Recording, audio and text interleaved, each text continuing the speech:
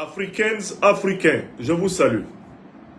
Vers la fin de cette émission, je donnerai une synthèse en anglais et en langue bassa bantou du Cameroun, afin que nul n'ignore les vérités que nous avons révélées ici. En cette matinée du 26 décembre 2025, tout en vous souhaitant mes vœux les meilleurs pour une heureuse fin d'année 2025 et un heureux début d'année prochaine 2026, je voudrais maintenant vous appeler à vous focaliser avec moi sur une situation gravissime, scandaleuse. Une menace énorme qui vient d'être ouvertement mise en œuvre par la puissance impérialiste américaine en Afrique. Cette émission fait suite à l'information qui est tombée hier des bombardements intensifs menés par l'armée américaine sous le commandement du président Donald Trump à partir des navires de guerre positionnés dans le golfe de Guinée. Bombardements intensifs sur la terre africaine du Nigeria au motif de combattre les groupes terroristes accusés par Donald Trump d'assassiner les chrétiens. Il faut que ce soit très clair. Je vais démontrer d'une manière scientifiquement irréprochable que la lutte antiterroriste de Donald Trump contre Daesh au Nigeria est une arnaque impérialiste de plus contre l'Afrique. Je vous invite à rédiger la thèse. Tilana Aya Sebe. Je vais démontrer que la lutte antiterroriste du président américain Donald Trump contre Daesh au Nigeria est une arnaque impérialiste de plus contre l'Afrique. Cette démonstration va se faire en 4 arguments fondamentaux. Je vous invite à noter que j'ai 4 arguments fondamentaux pour démontrer que la soi-disant lutte antiterroriste du président américain Donald Trump contre l'organisation terror-impérialiste Daesh est une arnaque de plus contre l'Afrique. Et à la fin de cette émission, je proposerai des recommandations fortes pour contrer le plan impérialiste du président américain Donald Trump contre l'Afrique. Car je ne me contente pas de dénoncer, mon rôle en tant qu'intellectuel politique panafricaniste est de proposer des pistes de solution. Quand un problème se pose, il ne suffit pas d'avoir bien compris le problème, encore faut-il entrevoir comment on peut en sortir. Car un problème qui n'a pas de solution n'est pas un problème. C'est une fatalité du destin. Voici donc le premier argument qui me permet d'établir d'une manière incontestable que Donald Trump et les États-Unis ne sont pas en train de combattre le terrorisme au Nigeria comme ils le prétendent. Le premier argument, je vous invite à le noter. Parce que par la suite, vous êtes aux États-Unis, au Canada, vous êtes en Europe, vous êtes en Asie, vous êtes partout en Afrique, vous êtes dans les îles des océans Atlantique et Indien. Vous aussi, vous devez monter au créneau pour contredire, pour démystifier ceux qui vont prétendre que l'Amérique est en train de combattre le terrorisme au Nigeria, en Afrique. Vous tous ici rassemblés, vous avez la même responsabilité que moi pour dénoncer l'arnaque impérialiste américaine. Et pour la dénoncer, il faut posséder des arguments. Il ne faut pas simplement posséder la colère, l'émotion. Il ne faut pas simplement être fâché. Il faut démontrer aux États-Unis, au Canada. Il faut démontrer partout en Europe, partout en Afrique, partout en Asie, partout dans les îles de l'océan Atlantique et dans les îles de l'océan Indien, que nous, Africains, savons que la lutte antiterroriste du président Donald Trump contre Daesh au Nigeria est une arnaque impérialiste de plus contre l'Afrique. Raison pour laquelle nous allons demander au président Donald Trump de retirer toutes les troupes américaines du sol africain. De retirer sans délai toutes les troupes américaines du sol africain. Et nous allons le lui demander tous ensemble, sur tous les réseaux sociaux du monde. Toutes les Africaines et tous les Africains éveillés ont la responsabilité d'exiger le retrait total des troupes impérialistes américaines du sol africain. Nous ne le demandons pas par haine contre le peuple américain. Nous le demandons par exigence de vérité, de justice et de solidarité pour l'Afrique agressée. Voilà pourquoi je tiens à ce que tout le monde note les arguments. Et que ceux qui suivent cette émission mettent au moins des numéros pour se souvenir des arguments imparables. Je dis bien imparables. Personne ne peut démontrer que ces arguments sont faux. Personne. Premier argument. L'ambivalence morale du président Donald Trump envers l'Afrique. Une ambivalence qui est à la fois morale et idéologique. Qu'est-ce que j'entends par ambivalence? C'est que Donald Trump a envers l'Afrique une position qui est contradictoire. Envers l'Afrique, il dit une chose et son contraire. Donald Trump est moralement, intellectuellement et idéologiquement flou face à l'Afrique. Démonstration. Lors de sa première mandature, lors de son premier mandat à la tête des États-Unis d'Amérique, le président Donald Trump s'est fait remarquer par le fait qu'il a considéré que la plupart des pays africains sont des shithole countries, des pays de merde. Vous vous en souvenez tous, oui ou non? Donald Trump considère la plupart des pays africains comme des shithole countries, des pays de merde. Donald Trump, comme président des États-Unis, au premier et au second mandat, mène une politique anti-immigrationniste, une politique protectionniste, une politique hostile à l'entrée des populations africaines aux États-Unis. Il ne veut pas que les Africains viennent aux États-Unis. Il est hostile à l'immigration africaine aux États-Unis. Non seulement, sous le président Donald Trump, les Afro-Américains d'origine sont sous un registre d'hostilité du pouvoir envers eux, mais les immigrés africains aux États-Unis, qui commençaient même à avoir un statut et une intégration, et une reconnaissance et une régularisation, sont en train de perdre leurs droits en masse. La politique du président Donald Trump est une politique anti-africaine. Non seulement pour lui, les pays africains sont des pays de merde, mais il ne veut pas que les Africains mettent leurs pieds aux États-Unis. Voilà pourquoi il a décrété des tas d'interdictions de visa pour pratiquement une trentaine de pays africains. Presque une trentaine de pays africains sont sous interdiction de visa américain. Et ça, c'est la politique du président Donald Trump. Donc, il rejette l'Afrique. Il repousse l'Afrique. Alors, comment peut-on, d'un côté, dire que les pays africains sont des shithole countries, que les Africains doivent rentrer en Afrique, que les Africains qui sont aux États-Unis doivent partir, et de l'autre côté, venir intervenir et vouloir intervenir dans les affaires africaines? Voilà ce que j'appelle la contradiction morale, la contradiction idéologique de Donald Trump. Il ne veut pas de l'Afrique et il veut de l'Afrique. Cela n'est pas possible. D'un point de vue logique, on ne peut pas à la fois dire que A est non A. A est A et A n'est pas non A. C'est ce qu'on appelle dans la science dite de la logique formelle le principe d'identité ou de non-contradiction. Vous ne pouvez pas dire que les pays africains sont des pays de merde. Vous ne pouvez pas interdire l'entrée des Africains aux États-Unis et ensuite venir vous mêler des affaires africaines.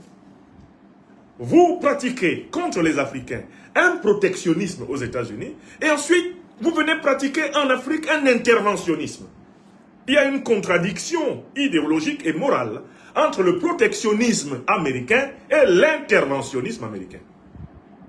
Si vous êtes protectionniste, cela veut dire que vous voulez que l'Amérique soit aux Américains. Soit. Mais on ne peut pas vouloir que l'Amérique soit aux Américains et ensuite vouloir légiférer dans les affaires des autres continents, ici, dans les affaires des Africains.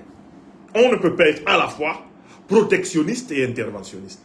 Si tu es protectionniste, ce que tu dis, c'est que tu ne veux pas qu'on se mêle de tes affaires. Mais si tu ne veux pas qu'on se mêle de tes affaires, tu ne dois pas non plus te mêler des affaires d'autrui. Ne faites point aux autres ce que vous ne voudriez point que les autres vous fassent. C'est la règle d'or. C'est la loi de la réciprocité que Donald Trump ne respecte pas. Il a un mépris total pour le principe d'identité, le principe de non-contradiction, et il a un mépris total pour le principe moral de réciprocité. Ne faites point aux autres ce que vous ne voudriez point que les autres vous fassent. Donald Trump, lui, il fait aux autres ce qu'il ne voudrait pas que les autres lui fassent. Il intervient dans les affaires africaines en interdisant aux Africains de se mêler de la vie américaine, en interdisant aux Africains de participer à la vie américaine. Lui, il veut que l'Amérique soit un sanctuaire dans lequel la plupart des Africains sont tout naturellement exclus, mais il veut que l'Afrique soit le marchepied de l'interventionnisme américain.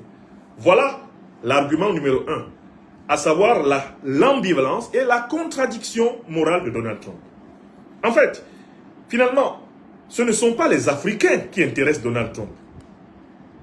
Ce ne sont ni les chrétiens, ni les musulmans africains qui intéressent Donald Trump. Qu'est-ce qui intéresse Donald Trump? À la base, Donald Trump a une échelle de valeur, une morale, au sommet de laquelle se trouve le profit et l'argent. Que procure le profit? Dans la pyramide morale des valeurs de Donald Trump, la valeur suprême, c'est l'argent. Donc, qu'est-ce qui intéresse Donald Trump en Afrique? Pas les Africains, mais l'argent des Africains.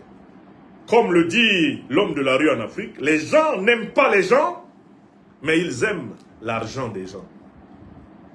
Donald Trump n'aime pas l'Afrique, mais il aime l'argent des Africains. Et par là, Donald Trump affirme en effet, au sommet de sa logique politique, de son idéologie politique, le mercantilisme le plus vulgaire, le mercantilisme le plus abject.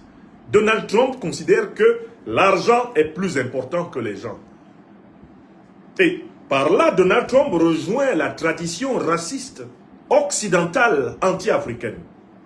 En effet, le terrible régime de l'apartheid, qui pendant plus de 100 ans pratiquement, a, commis des crimes de guerre, des crimes contre l'humanité, des crimes économiques contre le peuple africain en Afrique du Sud. Ce régime avait, entre autres, un premier ministre qui s'appelait Vorster. Et ce Vorster a dit un jour une chose, que Donald Trump, en fait, in fine, est en train de nous redire. Vorster a dit que l'Afrique sera un paradis pour l'homme blanc lorsqu'elle sera débarrassée de tous les Africains. Voilà les propos du grand raciste sud-africain Vorster, Premier ministre de l'Afrique du Sud sous l'apartheid. L'Afrique, disait-il, sera un paradis pour l'homme blanc lorsqu'elle sera débarrassée de tous les Africains. Ainsi, pour le racisme impérialiste occidental, l'objectif est très clair. Éradiquer la population africaine pour s'emparer des richesses et des terres de l'Afrique.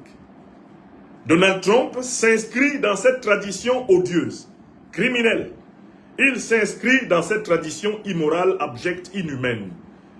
Il est intéressé par l'or, le pétrole, le manganèse, le gaz, le bauxite, le lithium, l'uranium. Il est intéressé par le bois, le café, le cacao, le coton. Il est intéressé par le bauxite, l'aluminium. Il est intéressé par les richesses africaines. Il en est avide. Il est habité par une cupidité sans borne. Son ambition est de mettre la main sur les richesses africaines. Mais pour cela, précisément, il ressent, Donald Trump, comme Vorster, le besoin de se débarrasser des Africains. C'est donc la continuité du projet d'une Afrique sans les Africains qui est le fondement de l'interventionnisme de Donald Trump en Afrique. Et ça, c'est le premier argument de notre démonstration. Est-ce que vous avez compris le premier argument? L'ambivalence morale de Trump.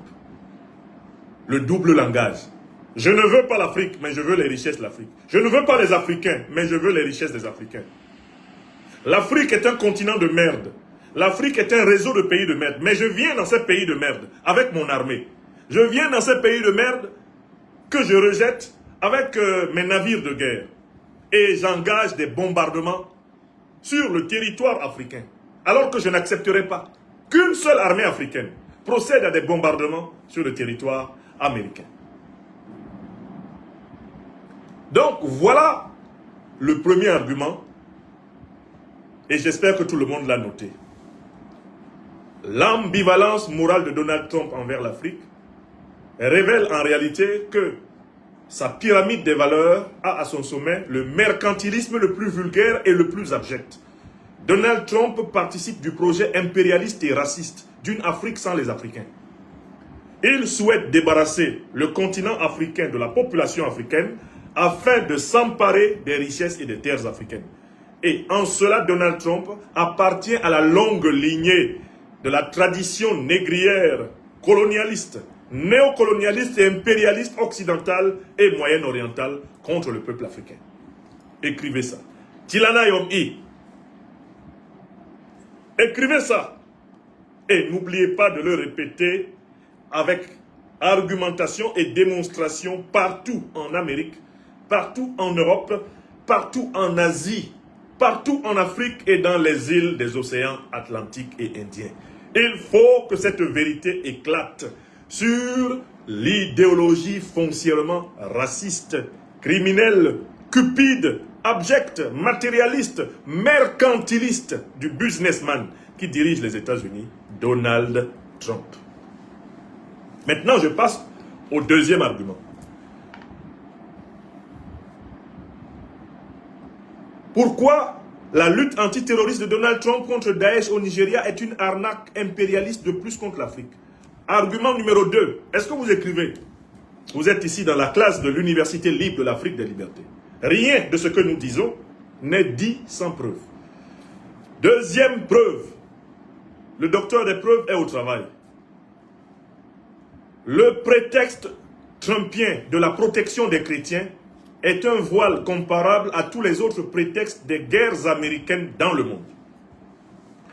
Trump dit qu'il bombarde Daesh parce que Daesh tue les chrétiens.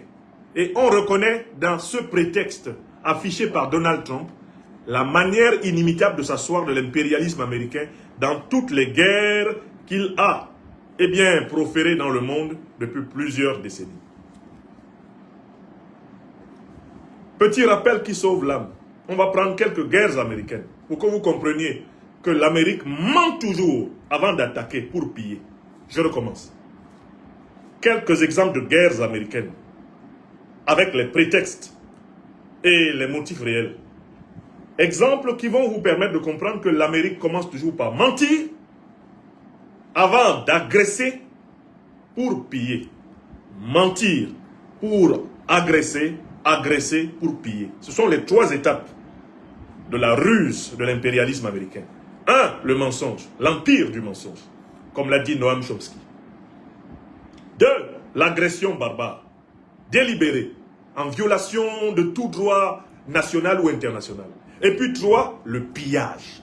Le pillage qui est le réflexe de l'Occident affamé, l'Occident qui s'estime maudit parce qu'il a une terre dépourvue de matières premières faramineuses comme notre mère, l'Afrique. Je prends la guerre menée par les États-Unis en Irak. Il vous souviendra que dans les années 90 et dans les années 2000, les États-Unis se sont adonnés à une guerre d'agression terrible, sauvage et barbare contre l'Irak. Le motif avancé pour mener cette guerre contre le régime de Saddam Hussein par les États-Unis d'Amérique était que Saddam Hussein posséderait des armes de destruction massive et qu'il se préparait à l'époque à utiliser ces armes de destruction massive contre les États-Unis d'Amérique. La puissance américaine envoya aux Nations Unies un noir, encore un autre nègre de maison, Colin Powell, tout puissant chef d'état-major de l'armée américaine. Il fut chargé d'aller mentir, d'aller accuser Saddam Hussein sans preuve, en brandissant un objet quelconque qu'il avait trouvé, je ne sais pas, dans sa cave, en disant voici la preuve que l'Irak détient des armes de destruction massive. Les États-Unis d'Amérique se sont par la suite attaqués sauvagement à l'Irak. Ils l'ont démembré. Ils se sont mis à piller le pétrole, le gaz de l'Irak depuis la mort de Saddam Hussein jusqu'à aujourd'hui. Appliquant ce que je vous ai dit. 1. Le mensonge. 2. L'agression. 3. Le pillage. Mais il n'a pas fallu très longtemps pour que le monde entier se rende compte que Saddam Hussein n'avait jamais détenu d'armes de destruction massive. Que Colin Powell et les États-Unis avaient menti. Exemple irakien. Je prends un deuxième exemple, plus proche de nous. C'est l'exemple de la Libye. N'oubliez pas, ils commencent toujours par mentir, ensuite ils agressent et après ils pillent. On a commencé par dire que Kadhafi, Muammar, était en train de génocider son peuple.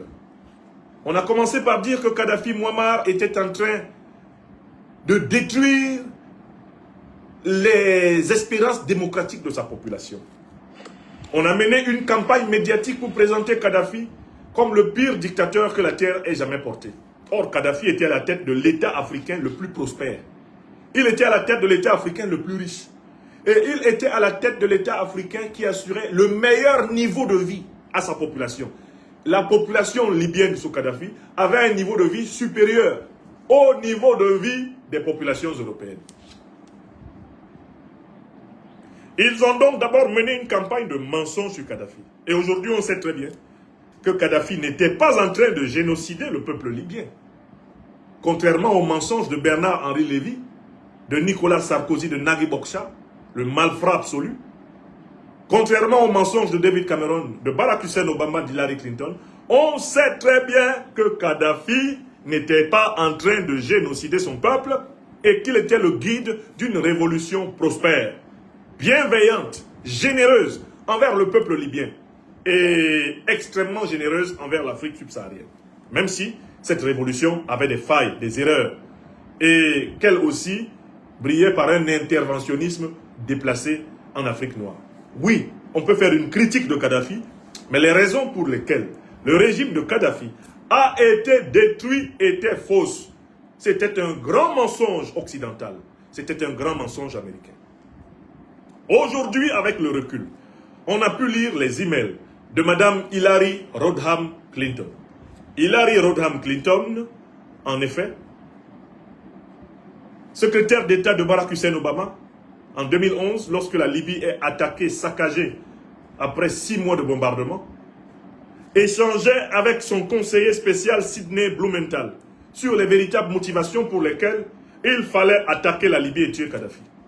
Les emails révélés par Wikileaks de l'excellent Julian Assange ont permis de savoir que il fallait tuer Kadhafi parce qu'il s'apprêtait à mettre en place une monnaie continentale dinar-or qui aurait détrôné le dollar, l'euro et le franc CFA.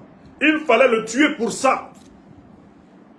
C'est écrit dans les emails d'Hillary Clinton et de Sidney Blumenthal, son conseiller. Donc vous voyez encore la Libye. Voilà un exemple du modèle impérialiste américain. 1. On ment. 2. On agresse. Et 3. On pille. Actuellement, les États-Unis et leurs alliés de l'OTAN sont en train de piller allègrement le pétrole et le gaz de la Libye. La Libye est dépouillée.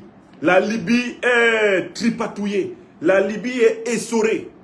Et les milliards de Kadhafi ont été volés par les truands impérialistes occidentaux. Voilà un deuxième exemple. Je vous ai donné l'Irak, je vous ai donné la Libye. Vous pouvez étudier des tas d'exemples dans l'histoire. Je vous donne comme référence le livre de Daniel Ganser. Daniel Ganser est un géopoliticien. Daniel Ganser est un géopoliticien suisse qui a écrit un livre intitulé « Les guerres illégales de l'OTAN ». Les guerres illégales de l'OTAN.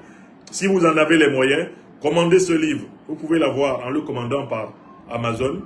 Et vous allez y avoir la liste de toutes les guerres fomentées par les États-Unis sur la base du mensonge, de la violence agressive barbare, délibérée, et du pillage qui en est la finalité ultime. Mentir, agresser, piller. Mentir, agresser, piller. Les guerres illégales de l'OTAN, j'ai ici une image de cet ouvrage que je vous demande, dans toute la mesure de vos moyens, d'acheter et de lire et de faire lire, afin que nul n'en ignore.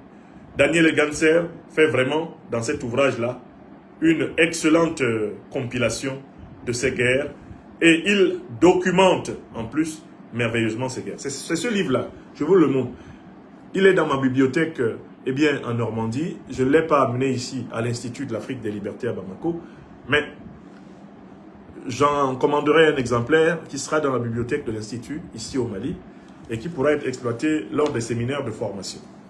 Donc, les guerres illégales de l'OTAN. Vous pouvez l'acheter, ce livre. Vous pouvez facilement l'acheter via la plateforme Amazon. Je vous le montre. Les guerres illégales de l'OTAN. L'auteur s'appelle Daniel Ganser. Daniel Ganser. D'accord? Ganser, G-A-N-S-E-R. Vous pourrez toujours revenir sur l'émission à l'endroit où j'ai affiché le livre pour bien noter le nom de l'auteur et commander sur Amazon et être livré. C'est une chronique qui va de des guerres américaines à Cuba jusqu'aux guerres américaines en Syrie, en passant par la Libye. D'accord? Tout est documenté ici.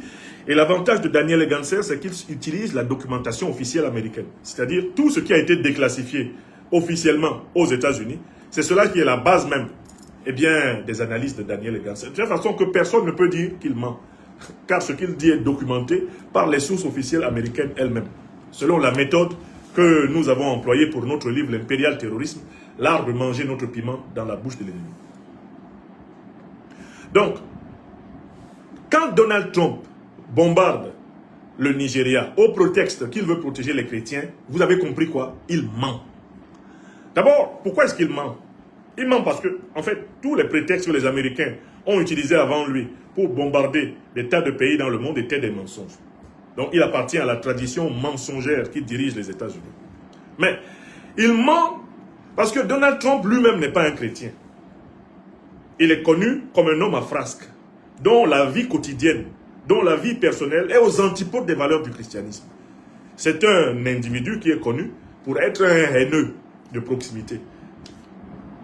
De nombreuses femmes américaines se sont plaintes de son comportement méprisant envers elles. Tout son itinéraire est marqué par des scandales de mœurs liés à son rapport instrumental et mercantiliste au monde féminin. Il traîne dessus ce terrain des casseroles terribles. Et actuellement même, lui-même est cité dans l'affaire Epstein. La fameuse île de la perversion dans laquelle plusieurs dirigeants, criminels occidentaux, sont allés se livrer au stupre et à la fornication dans des conditions absolument abominables, immondes.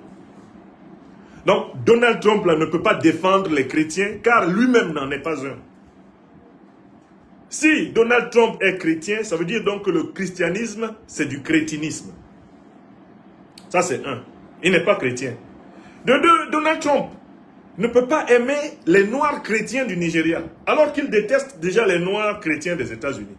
Et qu'il est l'un des dirigeants les plus ouvertement racistes et méprisants envers les Noirs aux États-Unis. Il est l'un des dirigeants qui démantèle toutes les politiques de discrimination positive qui ont été mises en place pour compenser l'inégalité multiséculaire subie par les Noirs aux États-Unis. C'est un dirigeant anti-noir. Donc quelqu'un ne peut pas détester les Noirs américains et être amoureux des Noirs nigériens. Il y a un problème là, les gars. Mes chers frères et sœurs, il y a un problème. Comment un président qui est un anti-africain notoire aux États-Unis va prétendre venir défendre des Africains en Afrique? Celui qui ne peut pas le moins défendre les Africains aux États-Unis ne peut pas le plus traverser l'océan Atlantique pour venir défendre les Africains en Afrique. Donc, un, il n'est pas chrétien. Deux, il n'aime pas les Noirs, il est raciste. Il est raciste. Donc on ne peut pas croire que Donald Trump soit en train de bombarder le Nigeria par amour pour les Africains. Parce qu'il n'aime pas déjà les Africains américains. Il n'aime pas les Africains qui sont ses propres concitoyens. Il est en train de démanteler tous leurs droits. Il est en train de les jeter partout à la rue. Il est en train de leur retirer les aides sociales. Il est en train de briser toutes les dispositions de discrimination positive. Il est en train de détruire l'Obamacare pour livrer les plus pauvres et les plus vulnérables à la disparition certaine dans la misère des villes américaines et des campagnes. Voilà l'homme qui prétend prendre des avions de guerre, des navires de guerre pour venir soi-disant sauver des chrétiens. Par ailleurs, je suis toujours sur l'argument 2. La protection des chrétiens n'est pas l'objectif de Donald Trump. Parce qu'il n'y a pas que les chrétiens qui soient attaqués par les terroristes au Nigeria. Les terroristes attaquent massivement toutes les populations nigérianes. Et d'ailleurs, ils agissent surtout dans la partie la plus musulmane du Nigeria, le nord du Nigeria. Donc paradoxalement, en fait, c'est parce que Donald Trump a honte qu'il ne peut pas dire qu'il vient faire la guerre pour protéger les musulmans parce que ce serait trop gros, puisque lui, il n'est pas issu de la tradition religieuse musulmane. C'est parce qu'il a trop honte, parce que son mensonge serait trop gros. En réalité, Boko Haram tue davantage de musulmans partout dans le nord du Nigeria que de chrétiens. Le nord du Nigeria est majoritairement musulman. Et la plupart des victimes des groupes terroristes sont musulmanes. Pas plus tard qu'hier, une bombe a été déposée dans une mosquée. Et des musulmans en pleine prière, en pleine adoration du Tout-Puissant ont été tués par les terroristes. Donc, Donald Trump veut jouer et semer la zizanie à l'intérieur de la population africaine du Nigeria en donnant l'impression qu'il privilégie les chrétiens par rapport aux musulmans. Il ne veut en fait qu'appliquer le principe du diviser pour mieux régner. En donnant l'impression d'être le protecteur des chrétiens, il utilise la psychologie de la croisade, donnant l'impression ainsi d'être le gardien protecteur de la chrétienté contre le monde d'islam. Il s'agit en réalité de fragiliser le tissu social nigérian afin de légitimer l'intrusion, l'ingérence, l'interventionnisme américain. C'est la méthode du diviser pour mieux régner. Je suis toujours dans le deuxième argument. Trump n'aime ni les chrétiens, ni les musulmans, ni les traditionalistes africains. Trump est un raciste anti-africain notoire. Il ne peut pas nous dire qu'il est venu sauver les chrétiens. D'abord parce qu'il n'est pas chrétien. Ensuite parce qu'il n'a pas fini de sauver les chrétiens chez lui aux États-Unis. Ensuite il est raciste. Et il n'a pas fini de protéger les noirs aux États-Unis. Il est en train de détruire leurs droits. Et il ne peut pas prétendre, lui qui est raciste anti-noir aux États-Unis, lui qui n'est pas chrétien du tout aux États-Unis, il ne peut pas prétendre venir protéger les noirs et les chrétiens au Nigeria. C'est faux. J'ai insisté sur le fait que nous avons affaire, dans cette histoire, nous avons clairement affaire à un terrorisme qui ne cherche pas à savoir quelle est la couleur religieuse de ses victimes. L'objectif du terrorisme, vous le savez, c'est de chasser les populations africaines des zones d'extraction des matières premières stratégiques afin de les exploiter allègrement et calmement. C'est ça le but des organisations, terroristes qui sont des mercenaires, on le verra, de l'impérialisme occidental. Donc, le prétexte trumpien de la protection des chrétiens est un voile comparable à tous les autres prétextes des guerres américaines dans le monde. Donald Trump n'est pas au Nigeria pour protéger les chrétiens. Quand l'Amérique agressait la Libye, ce n'était pas pour protéger les Libyens, c'était pour piller la Libye. Quand elle agressait l'Irak, ce n'était pas pour protéger l'Irak, c'était pour piller l'Irak. Quand elle agressait la Syrie, ce n'est pas pour protéger les Syriens, pour piller la Syrie. L'Amérique qui est en train de tout faire pour agresser, maintenant, le Venezuela, ne le fait pas pour protéger les Vénézuéliens, par amour pour les Vénézuéliens, mais c'est pour piller les ressources pétrolières du Venezuela. Tout le monde le sait maintenant. Donc le second argument, pour démontrer que la lutte antiterroriste de Donald Trump contre Daesh au Nigeria est une arnaque impérialiste, c'est un argument indiscutable. Les prétextes avancés sont faux, ils ne sont pas factuels. Bon. Maintenant, je passe au troisième argument.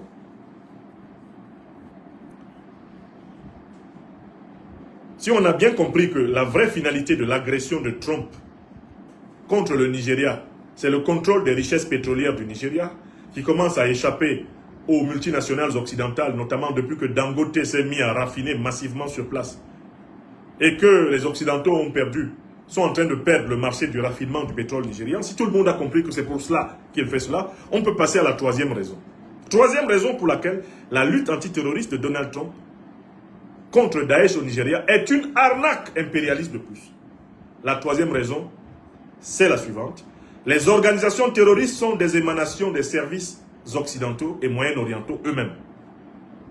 Nul ne peut se prévaloir de ses propres turpitudes. Je recommence. Troisième argument.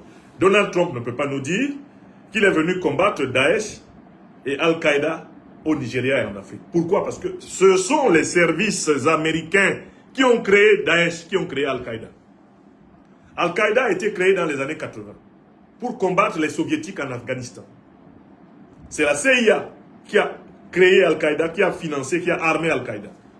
Mohamed Azam, le fondateur d'Al-Qaïda, est un agent de la CIA. À l'origine, Oussama Ben Laden, qui à un moment donné se rébelle contre ses maîtres américains, est un agent de la CIA, financé, armé, renseigné pour combattre les soviétiques. L'islamisme n'est qu'une variante en réalité de l'impérialisme américain. Allez lire tous les documents sur la naissance d'Al-Qaïda. Vous retrouverez toutes les grandes puissances de l'OTAN et leurs alliés du Moyen-Orient à l'origine de cette organisation et au financement constant de cette organisation. Aujourd'hui, les principaux chefs d'Al-Qaïda se promènent librement en Arabie Saoudite, au Qatar, en Afghanistan, dans les Émirats. Ils se promènent librement dans tout le Moyen-Orient. Voilà pour Al-Qaïda. Maintenant, pour ce qui est de l'État islamique, nous allons donner la parole à Donald Trump lui-même pour nous dire qui a créé l'État islamique. Parce que Donald Trump est très bien placé pour témoigner. Monsieur Trump, qui a créé l'État islamique que vous prétendez combattre maintenant au Nigeria? Qui a créé l'État islamique? Qui a créé l'État islamique? Donnons la parole au président Donald Trump. Donnons la parole au président Donald Trump à propos de l'État islamique.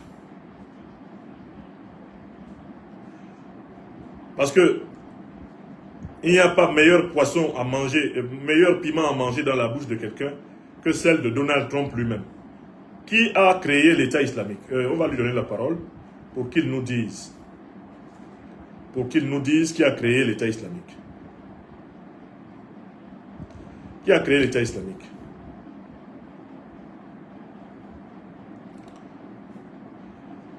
Trump. Création de l'État islamique. Il faut que le président Trump parle. Il faut que le président Trump parle. Je suis sur YouTube où vous trouvez ses propos. Ses propos. Voilà.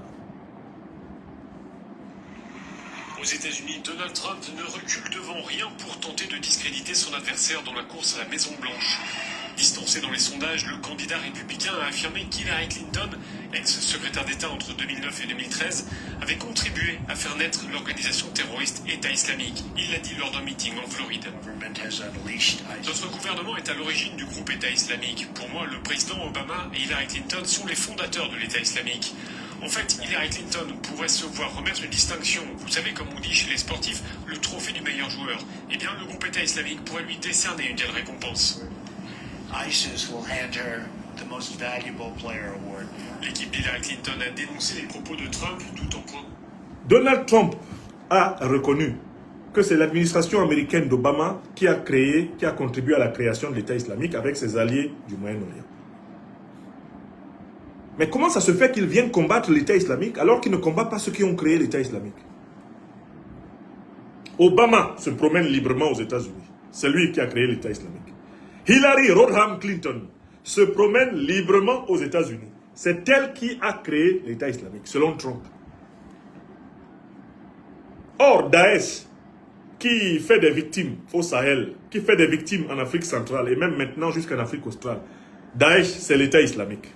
l'organisation dite l'État islamique. Comment peut-on comprendre que ceux qui ont créé l'organisation se promènent librement au Moyen-Orient, se promènent librement aux États-Unis, et que Trump vienne combattre leurs employés? Est-ce que vous voyez la contradiction? Comment peut-on se prévaloir de ses propres turpitudes? Comment l'Amérique peut-elle comprendre que ses dirigeants aient créé une organisation de terroristes mercenaires ayant pour but de déstabiliser des pays entiers afin que les Américains et leurs alliés occidentaux viennent les piller?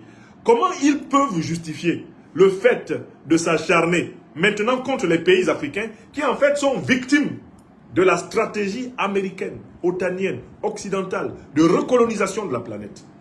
Comment peut-on se prévaloir de ses propres turpitudes? Pour combattre les terroristes qui ensanglantent l'Afrique, il faut commencer par combattre ceux qui les ont créés, ceux qui les arment, ceux qui les financent, ceux qui les renseignent, ceux qui les médiatisent. Et qui sont ceux-là? Essentiellement les pays de l'OTAN et leurs alliés au Moyen-Orient. Comment Donald Trump, qui sait que c'est l'administration américaine qui a créé l'État islamique, vient bombarder le Nigeria? Alors que ceux qui ont créé l'État islamique, ceux qui arment l'État islamique, ceux qui financent l'État islamique, ceux qui renseignent les groupes terroristes, ces gens-là se promènent librement à Washington. Vous voyez? Là, on comprend très bien qu'en réalité, Donald Trump fait partie du plan consistant à utiliser la lutte contre le terrorisme comme un alibi notoire de l'impérialisme occidental à travers le monde. Si Donald Trump était logique, il ferait traîner Barack Hussein Obama et Hillary Clinton devant des juges américains. Si Donald Trump était logique, il ferait arrêter tous les responsables de l'USAID qui ont décaissé des fonds.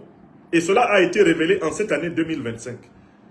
Grâce notamment au travail de Tulsi Gabbard, l'actuel chef du renseignement américain, et au travail de l'ancien directeur de la DOGE, l'Alliance de la bonne gouvernance, Elon Musk. Grâce à eux et à la déclassification des documents officiels américains, on sait que des paiements directs sont partis de l'USAID vers Al-Qaïda et vers l'État islamique, afin de financer leurs activités terroristes. Ce sont des révélations qui ont été faites au Parlement américain. Elles sont documentées sur la base de révélations officielles, d'archives officielles américaines. Or, Donald Trump est au pouvoir aux États-Unis. Et jusqu'ici, il n'a fait arrêter ni Obama ni Clinton, qu'il accuse pourtant d'avoir créé les organisations terroristes. Donald Trump n'a fait arrêter aucun responsable de la CIA, aucun responsable de l'USAID, qui a décaissé les fonds vers Al-Qaïda et l'État islamique. Objectivement, Donald Trump est donc complice de l'oligarchie politique américaine qui a créé Al-Qaïda et l'État islamique pour déstabiliser les parties du monde que l'Amérique veut piller. Est-ce que vous comprenez? Donald Trump ne peut plus dire qu'il ne fait pas partie du Deep State, comme on l'appelle dans la littérature politique américaine, c'est-à-dire de cette oligarchie qui est faite de grands financiers, de grands industriels, de militaires et d'hommes politiques, lesquels tirent les ficelles de la politique américaine pour continuer à accroître leurs profits au détriment de la paix, de la sécurité et de la prospérité des autres nations du monde. Donald Trump s'affiche clairement comme étant un allié des organisations terroristes. Car ces organisations deviennent en réalité des prétextes pour l'interventionnisme, l'ingérence des États-Unis dans la politique intérieure des pays non américains. Et ça, c'est quelque chose d'absolument flagrant.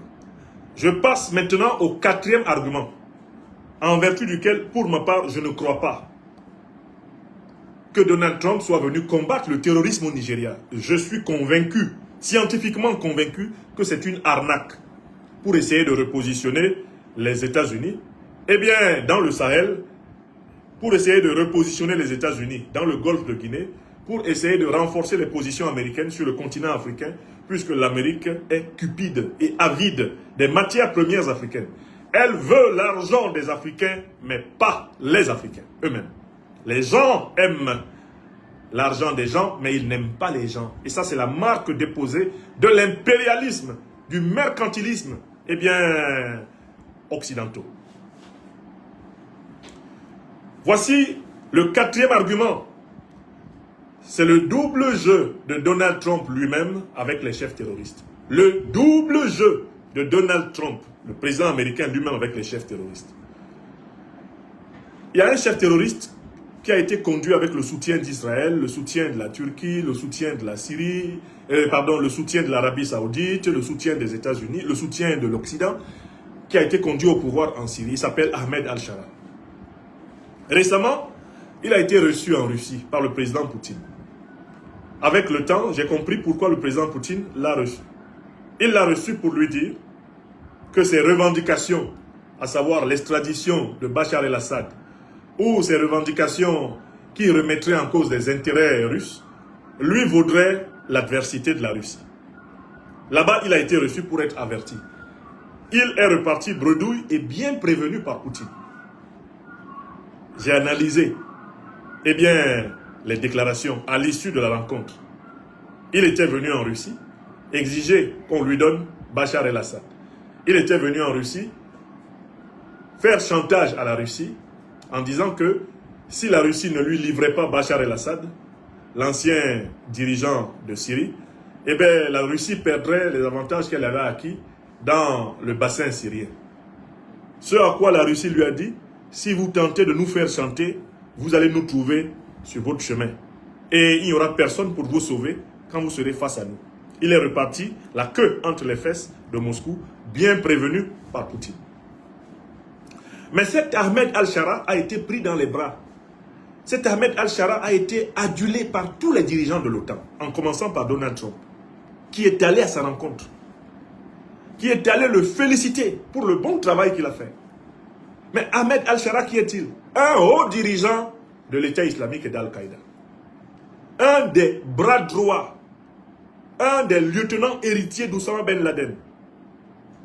Ayman al-Zawahiri, un des plus grands descendants de la horde criminelle créée par les impérialistes occidentaux pour ensanglanter le Moyen-Orient, ensanglanter l'Afrique, afin que l'OTAN vienne s'y servir à large brassée.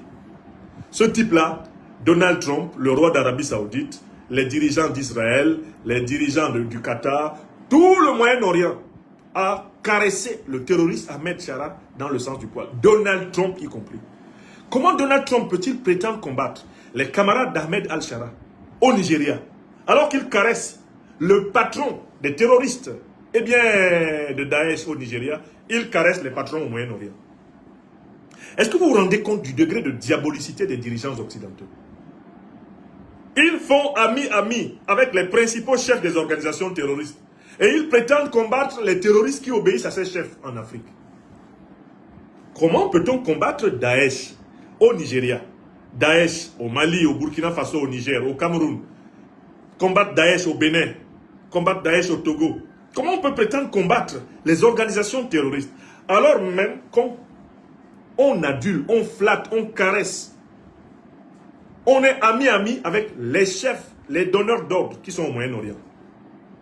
Là, c'est l'une des objections que l'on fait aujourd'hui à la diplomatie algérienne. On voit comment l'Algérie se plaint de la France. L'Algérie est en train de juridiciser les crimes colonialistes. Ça, c'est très bien. Mais la même Algérie n'est-elle pas aujourd'hui le lieu où sont hébergés les principaux chefs terroristes qui ensanglantent le Sahel? Ce que l'Algérie reproche à la France, n'est-ce pas ce qu'elle est en train de faire contre le Mali, le Burkina Faso, le Niger, l'Afrique subsaharienne? Cette duplicité trumpienne, cette duplicité de l'OTAN, n'est-ce pas celle que reproduit l'Algérie aujourd'hui? Est-ce que c'est tolérable que des gens se tiennent devant vous? Ils hébergent les chefs des organisations terroristes qui tuent des milliers de personnes, des dizaines de milliers de personnes, des millions de personnes en Afrique noire. Ils les hébergent, ils les protègent, ils les médiatisent, ils les financent, ils les arment, ils les soignent.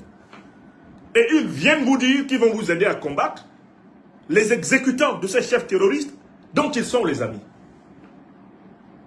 Donc, le double jeu de Trump lui-même, avec les chefs terroristes du Moyen-Orient, disqualifie Donald Trump dans la lutte antiterroriste. Il est disqualifié. Moralement, il ne peut pas se tenir devant un Africain et dire « je combats le terrorisme ». Logiquement et intellectuellement, Donald Trump ne peut pas tenir une discussion argumentée face à moi à propos de son positionnement devant le terrorisme. Il me sera aisé, avec des documents américains, de prouver à Trump qu'en réalité, il est un allié des organisations terroristes. Vous savez, ces dirigeants occidentaux, parce qu'ils détiennent encore de la puissance financière, parce qu'ils détiennent de la puissance militaire, parce qu'ils ont des organisations, des services de renseignement hyper puissants, il leur est monté à la tête qu'ils ont le pouvoir de modifier la vérité. Or, ce pouvoir, aucun être humain ne le possède. Ce qui est vrai est vrai. Comme le disait Spinoza. Veritas verum index sui. La vérité a elle-même son propre signe. On ne peut pas modifier la vérité.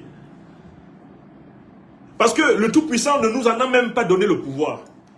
Il nous a accordé le pouvoir de mentir. Or, mentir, c'est reconnaître la vérité en la cachant. Mais personne d'entre nous ne peut modifier la vérité. Ce qui est, est. Que cela nous plaise ou pas. Ce qui a été. Que cela nous plaise ou pas. Ce qui sera, sera. Que cela nous plaise ou pas. Ce qui est vrai, est vrai. Et cela ne dépend pas de nous. La vérité ne dépend pas de nous. C'est nous qui dépendons d'elle. Soit pour la chercher et la révéler, soit pour la cacher. Parce que nous voulons l'exploiter pour nos intérêts. D'accord? Mais la vérité ne dépend pas de nous. Parce que nous n'avons pas créé l'univers. Nous ne nous sommes pas créés nous-mêmes. Nous avons été créés dans la vérité. Donc nous pouvons nous en éloigner, consciemment ou inconsciemment. Cela ne fait pas que la vérité disparaisse. Elle est et elle demeure. Donc les dirigeants occidentaux en sont venus à l'illusion de pouvoir surpasser la vérité, doubler la vérité, dribbler la vérité, tripatouiller la vérité. Ils se tiennent habillés dans les plus belles vestes possibles, avec des cravates dorées, des attitudes affectées, une allure extrêmement polie et civilisée. Ils se tiennent devant le monde et affirment des mensonges, avec une sérénité diabolique. Et leur problème, c'est qu'ils sont les seuls désormais à y croire. Les dirigeants occidentaux sont désormais les seuls à croire à leurs mensonges. Les peuples occidentaux n'y croient plus. Les peuples d'Afrique, d'Asie, les peuples américains ne croient plus aux dirigeants occidentaux. Leur parole est démonétisée, leur parole est discréditée, leur parole est jetée à la poubelle, partout sur la terre. On ne les écoute plus. On les entend, mais on ne les écoute plus. Parce qu'ils mentent, ils mentent, ils mentent. Et ils finissent par croire que parce qu'ils mentent systématiquement, ils ont acquis le pouvoir de modifier la vérité, dont le seul véritable gardien est l'être absolu. Notre Créateur, tout-puissant, omniscient, omnipotent. Celui dont tout vient et vers qui tout va. Donc, voici Donald Trump. Et je viens de vous donner le quatrième argument pour lequel ce monsieur ne peut pas me dire « Je viens défendre les chrétiens nigérians ». Il ne peut pas dire ça devant moi. Mettez toutes les chaînes américaines, toutes les chaînes européennes, toutes les chaînes africaines, asiatiques. Vous mettez Trump devant moi. On le laisse parler pour expliquer comment il combat le terrorisme. Ensuite, je parle pour expliquer comment il est complice du terrorisme. Je vais gagner. Il ne peut pas. Parce que les documents officiels américains affirment que ce sont les États-Unis qui ont créé les principales organisations terroristes. Les documents officiels américains affirment que les États-Unis ont régulièrement financé et armé les organisations terroristes. Les documents officiels américains affirment que les dirigeants américains, qu'ils soient du bord démocrate ou du bord républicain, ont constamment collaboré, coopéré avec les groupes terroristes.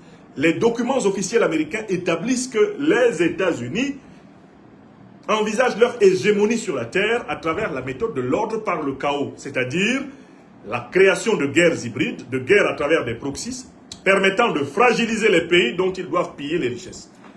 Mais c'est ce modèle qu'ils sont en train d'appliquer depuis plusieurs décennies en République démocratique du Congo. Le Rwanda et l'Ouganda sont des proxys des États-Unis, de la Grande-Bretagne, de l'Union européenne, pour fragiliser la République démocratique du Congo afin que les multinationales occidentales continuent à la piller. C'est le même modèle. On ment, on ment, on ment, on agresse, on agresse, on agresse. Une fois qu'on a semé le chaos, on pille et on pille. Voilà les arguments. Je vous en ai donné 4 qui me permettent d'établir, sans risque d'être contredit par qui que ce soit, que la lutte antiterroriste de Donald Trump contre Daesh au Nigeria est une arnaque impérialiste de plus contre l'Afrique. C'est une arnaque impérialiste de plus contre l'Afrique. Mais ce que je viens de démontrer à propos du positionnement du président américain Donald Trump s'applique à tous les dirigeants occidentaux, sans exception, et à leurs alliés du Moyen-Orient. L'Arabie Saoudite, le Qatar, les Émirats Arabes Unis, le Bahreïn, tous ces gens-là sont dans le complot contre l'Afrique. Ils sont dans le complot contre l'Afrique. Tous ces gens-là ne veulent pas d'une Afrique souveraine, d'une Afrique libre, d'une Afrique prospère, car cela signifie un rééquilibrage du rapport de force planétaire en faveur d'un monde multipolaire. Ils n'en veulent pas. Et voilà pourquoi ils sont derrière les organisations qui nous fragilisent. Parce que la fragilité de l'Afrique est la condition de sa pillabilité. Je crée ici le concept de pillabilité qui n'existe pas comme un mot français, mais être pillable. Pour être pillable, on doit être fragile. Pour être fragile, on doit être constamment en guerre. Les groupes terroristes sont faits pour nous maintenir constamment en guerre. Ce qui nous empêche de commercialiser nos produits finis, nos matières premières à leur juste prix. Et ce qui permet à l'Occident pauvre de se nourrir de nos richesses. Voilà le modèle dont Donald Trump est le serviteur. Mais tous les dirigeants de l'Union européenne travaillent dans le même créneau. Les dirigeants du Moyen-Orient travaillent dans le même créneau. C'est ce que j'ai appelé l'impérial terrorisme. L'impérial terrorisme. Vous connaissez cette affaire. Le livre phare de la géopolitique africaine de cette année, l'impérial terrorisme. Bon. Maintenant, j'en arrive à la fin de ma démonstration. Je vous ai promis de recommander des solutions. Comment contrer le plan impérialiste américain en Afrique? Comment nous allons faire pour faire échouer Donald Trump? Comment nous allons faire? D'abord, j'ai identifié 4 types d'actions que nous, Africains, devons mener pour que Donald Trump et ses alliés de l'OTAN échouent contre nous en Afrique. Premièrement, nous devons poursuivre les mobilisations populaires et la conscientisation des masses africaines pour qu'elles prennent conscience que nous sommes bel et bien dans un vaste plan de recolonisation organisé par les puissances de l'OTAN et leurs alliés du Moyen-Orient. Il faut que les classes populaires africaines s'approprient le savoir parfait du plan qui est mené contre nous. Pas seulement la classe moyenne, pas seulement la bourgeoisie, la haute bourgeoisie africaine. Il faut que cette évidence, que nous sommes confrontés à une guerre de recolonisation, il faut qu'elle descende dans les masses. Donc, vous qui êtes avec moi ici sur les réseaux sociaux, nous sommes pratiquement 30 000 personnes en direct de cette émission. Vous devez participer. Nous devons tous participer à l'éducation de notre peuple. Nous devons expliquer à notre peuple que nous devons nous solidariser, nous devons nous mobiliser pour faire face au projet de nous chasser d'Afrique afin de s'emparer de nos richesses. Ça, c'est le premier devoir de toute Africaine, de tout Africain participant à cette émission et ayant pris conscience de ce plan. Donc, la conscientisation, la médiatisation. Mais l'objectif ici étant de se mobiliser pour que dans nos pays, des dirigeants qui ne veulent pas combattre l'impérial terrorisme cessent de nous diriger. Il faut mettre fin au régime fantoche qui ne veulent pas aller à la souveraineté, à la libération africaine. Nous devons rater le pas pour que les révolutions aient lieu partout où il y a des dirigeants corrompus, néocolonisés, soumis aux impérialistes. Ils doivent quitter le pouvoir. Parce que nous ne pourrons pas défendre l'Afrique avec des dirigeants qui sont soumis à Donald Trump, comme les dirigeants du Nigeria. Parlons un peu du Nigeria. Vous savez, Donald Trump a commencé par menacer de bombarder le Nigeria, sans même en avoir discuté avec les dirigeants nigériens. Ceux-ci sont sortis pour s'expliquer. Maintenant, il bombarde le Nigeria et il donne l'impression que les dirigeants nigériens lui ont donné leur accord. Or, en fait, Donald Trump bombarde le Nigeria après avoir forcé la main à Tinubu, forcé la main au gouvernement nigérien, en menaçant Tinubu, puisqu'ils tiennent Tinubu par des scandales, fraude au diplôme, des scandales de narcotrafic. Ils ont utilisé ces moyens-là pour forcer Tinubu à donner l'impression que le bombardement américain du Nigeria est en réalité quelque chose qui a été fait avec le consentement du gouvernement du Nigeria. La constitution de la République du Nigeria n'autorise pas le président Tinubu à demander à une armée étrangère de venir mener la guerre sur le sol nigérien sans que les parlementaires aient été rassemblés et qu'il lui en ait donné le pouvoir. L'agression militaire de l'armée américaine au Nigeria est en réalité une atteinte à la souveraineté de la République fédérale du Nigeria. Là-dessus, il n'y a aucun doute. Or, vous voyez très bien que Tinubu, le poltron, le lâche, le vilain serviteur du néocolonialisme et de l'impérialisme, Tinubu est couché. Trump vient bombarder son pays. Lui, Tinubu, qui prétend être à la tête du Nigeria, la première soi-disant puissance militaire de la CEDEAO, ou même de l'Afrique de l'Ouest. N'est-ce pas une humiliation suprême pour le Nigeria? Si c'est l'armée américaine qui doit venir faire la guerre pour l'armée nigériane, en quoi l'armée nigériane prétendrait-elle être la plus grande armée d'Afrique de l'Ouest? Le Nigeria qui prétend se mêler de toutes les affaires politiques de la sous-région. Le Nigeria qui, ces dernières années, s'est empressé d'envoyer des troupes. Envoyer des troupes au Libéria, envoyer des troupes en Sierra Leone, envoyer des troupes en Côte d'Ivoire. Le Nigeria qui se préparait à envoyer des troupes au Niger. Le Nigeria qui est pressé d'envoyer des troupes au Bénin. Ce Nigeria est incapable de se défendre lui-même, au point que ce soit les États-Unis qui doivent venir bombarder Daesh. N'y a-t-il plus d'aviation nigérienne? N'est-ce pas un avion militaire nigérien qui a été arrêté au Burkina Faso, où il allait faire de la reconnaissance aérienne pour préparer des bombardements? Est-ce que vous vous rendez compte de l'incongruité de la situation? Donc, la première chose qui s'impose à nous, c'est de conscientiser et de nous débarrasser des valets de l'impérialisme occidental. Si nous ne nous en débarrassons pas, tous les pays qui sont dirigés par des valets vont continuer à être détruits. Et l'Afrique va être détruite partout où des valets sont au pouvoir. On doit libérer tous les pays africains des valets de l'impérialisme et du néocolonialisme. Deuxième élément important. L'Afrique doit continuer à construire des alliances géostratégiques africaines et mondiales dans le cadre du monde multipolaire et avec pour ligne l'anti-impérialisme. Ça, c'est la deuxième solution.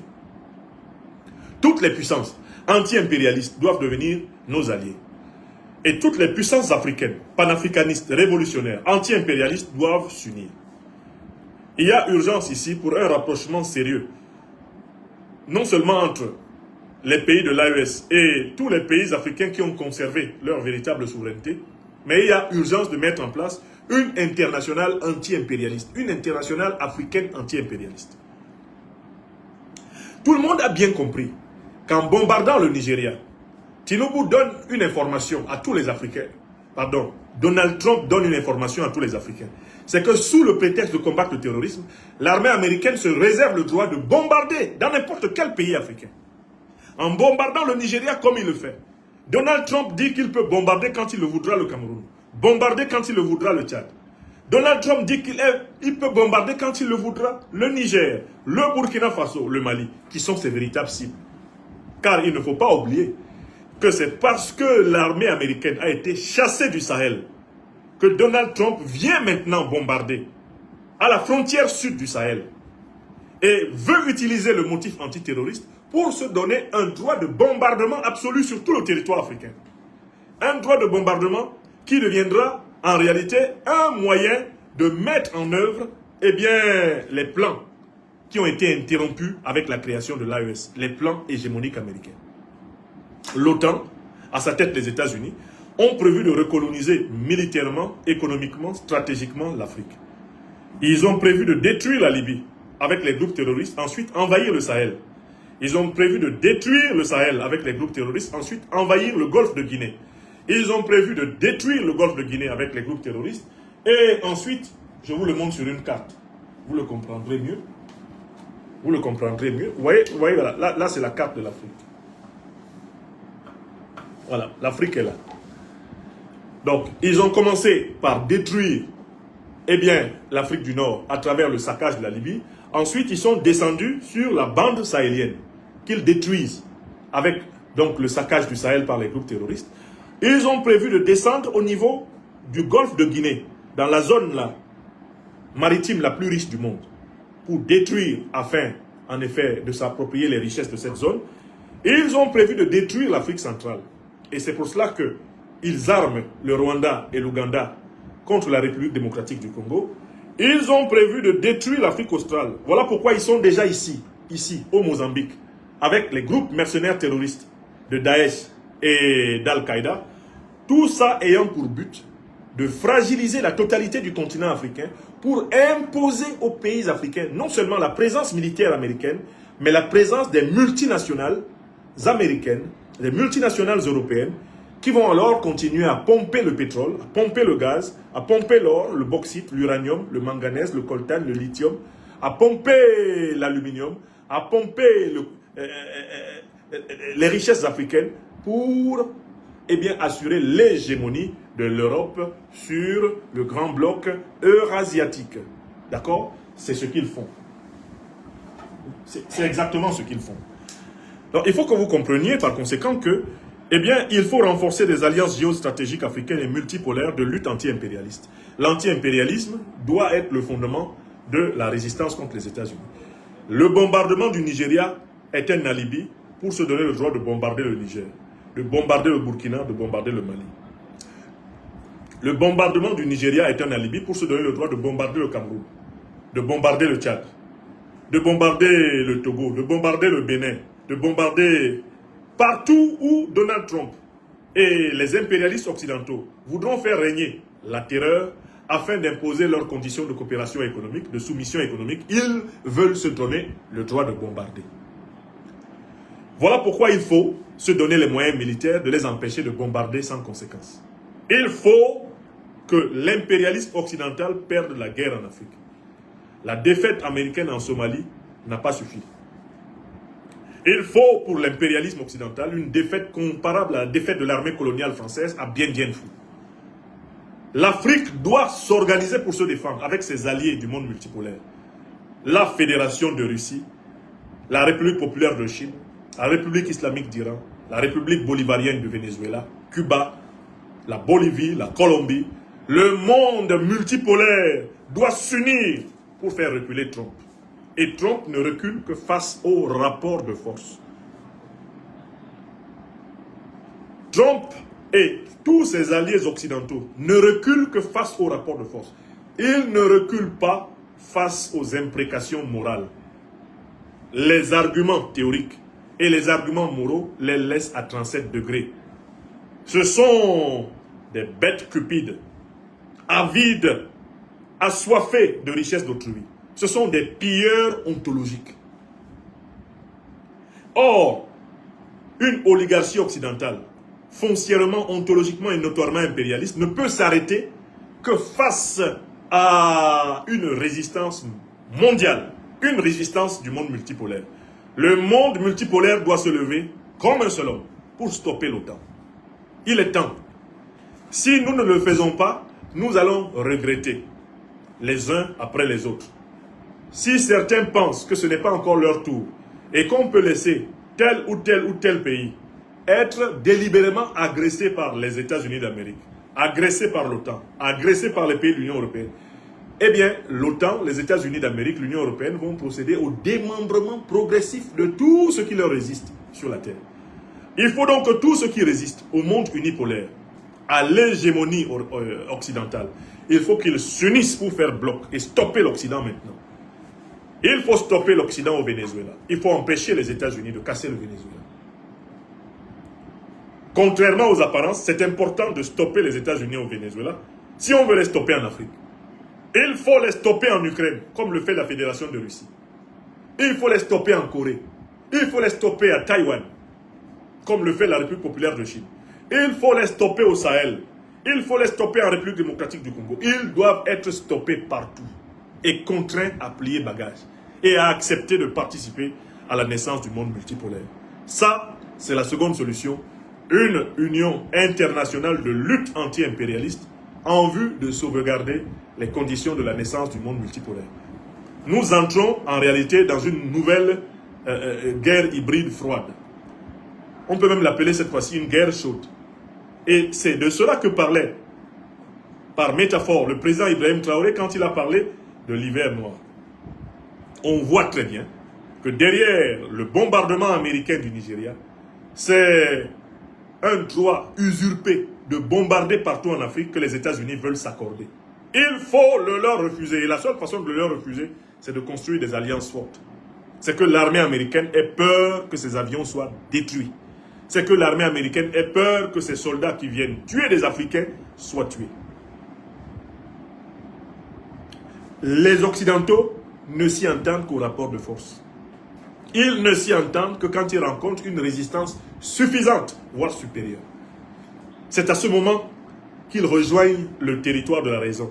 Car avant cela, ce sont simplement des bêtes assoiffées, eh bien, d'or, de pétrole, de gaz, de manganèse, d'uranium, de coltan, de lithium, assoiffées des richesses que Dieu ne leur a pas données. Et qu'ils ne veulent pas obtenir par le négoce, par le commerce, qu'ils ne veulent pas obtenir par le consensus, par la coopération saine des peuples. Ils veulent systématiquement les obtenir par le pillage, la guerre et le pseudo-droit international. Troisième élément, vous avez compris l'urgence de renforcer l'unité africaine. Si nous, Africains, continuons à être désunis, nous serons vaincus. Cette quatrième tentative de recolonisation réussira si nous ne renforçons pas l'unité africaine. Or, nous ne pouvons pas renforcer l'unité africaine en mélangeant les torchons avec les serviettes. Il faut donc absolument comprendre l'urgence que la révolution progressiste populaire s'étende à tous les pays qui sont dirigés par les valets de la France-Afrique, les valets de l'impérialisme occidental. La révolution progressiste populaire doit être accélérée parce que c'est l'accélération de la révolution progressiste populaire qui va faciliter l'unité africaine. Une unité africaine entre des États néocolonisés, des valets de la France-Afrique et de l'impérialisme occidental, et des États panafricanistes révolutionnaires, souverainistes, patriotes africains, une telle unité n'est pas possible. Il faut d'abord vaincre, en effet. Il faut vaincre, absolument. Eh bien, les dirigeants valets, les vassaux, il faut vaincre les suppôts, les traîtres à l'Afrique, qui continuent à emplantir les palais africains, si on veut rater l'unité africaine. L'unité africaine doit se faire sous l'idéologie panafricaniste qui suppose les principes de souveraineté, de liberté, de partenariat stratégique et de défense des intérêts vitaux de nos peuples. L'unité africaine ne peut pas se faire sans unité idéologique. C'est autour de l'unité idéologique panafricaniste que se bâtit la véritable unité africaine.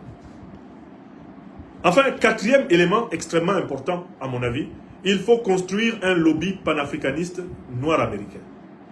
Le lobby panafricaniste noir américain de la fin du 19e siècle au début du 20e, ou disons jusqu'à la première moitié du 20e, était très fort. Voilà comment le panafricanisme a embrasé les Amériques, a traversé en Europe et est venu épouser les luttes d'indépendance sur le continent africain.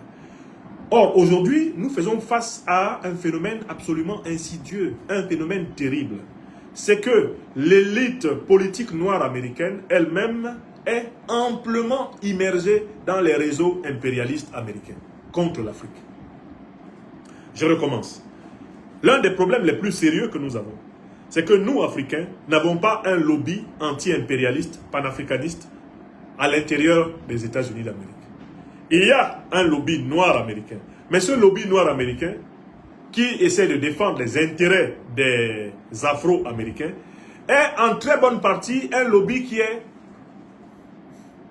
intégré à l'intérieur de l'oligarchie impérialiste américaine contre l'Afrique.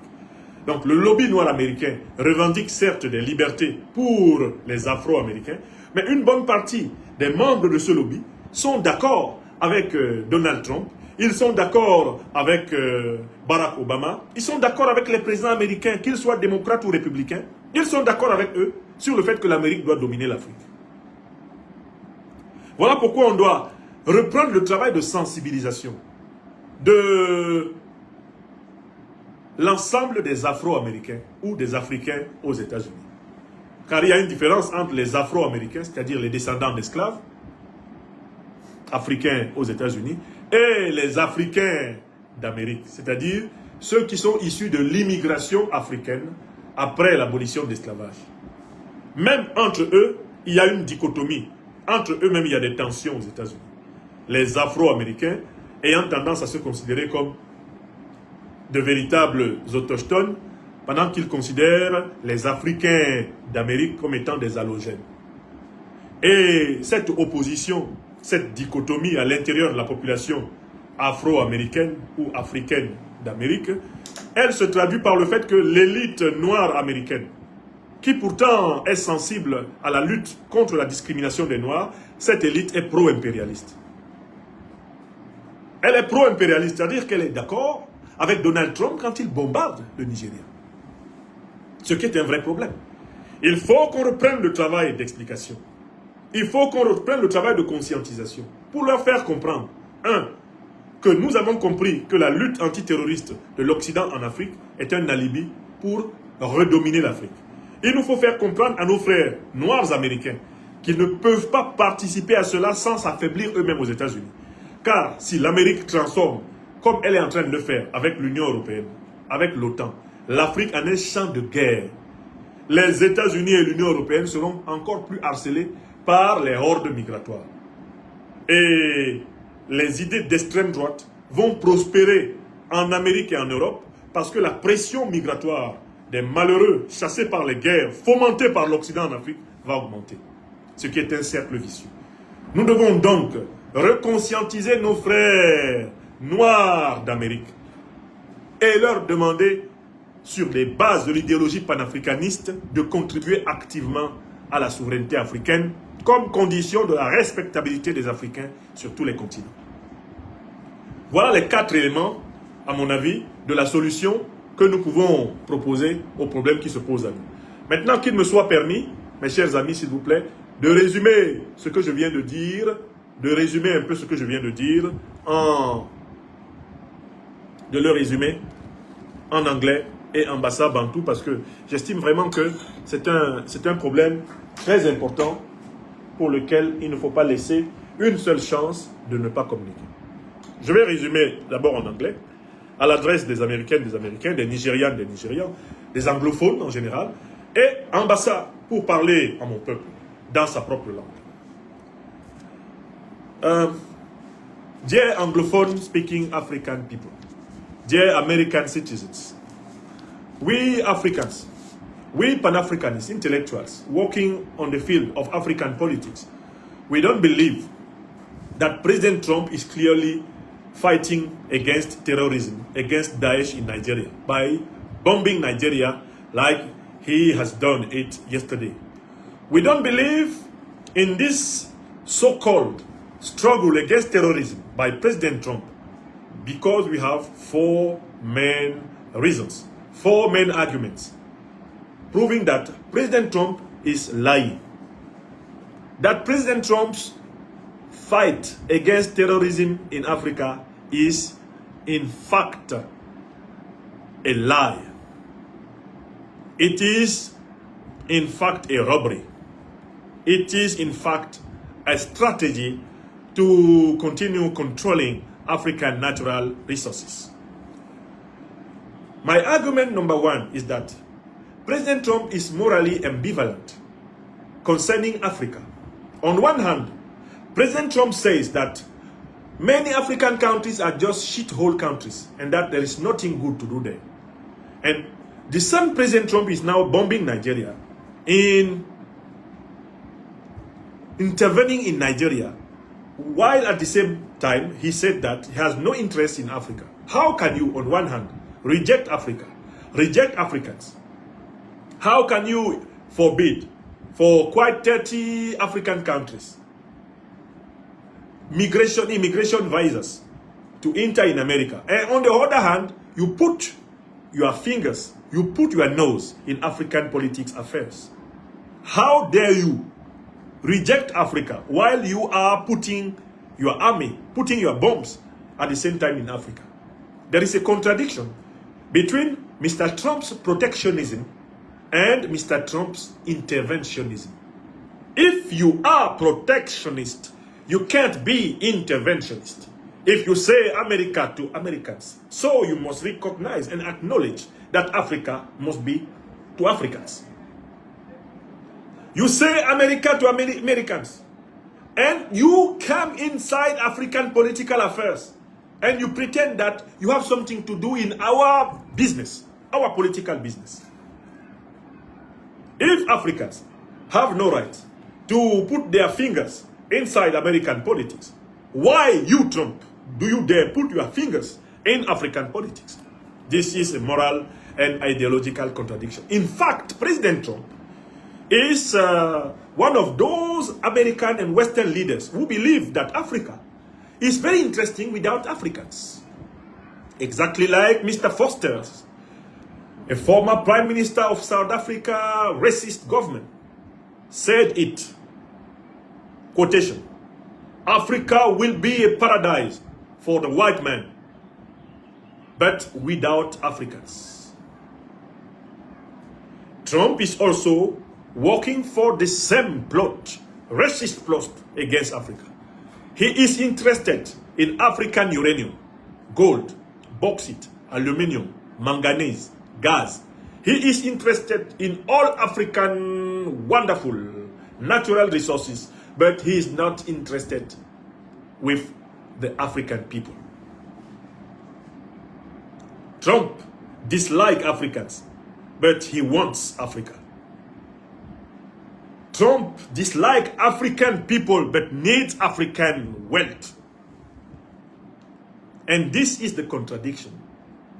If you are an American protectionist, remove your hands from our affairs, like we remove our hands from your own. Don't do to the others what you will never accept the others to do to you.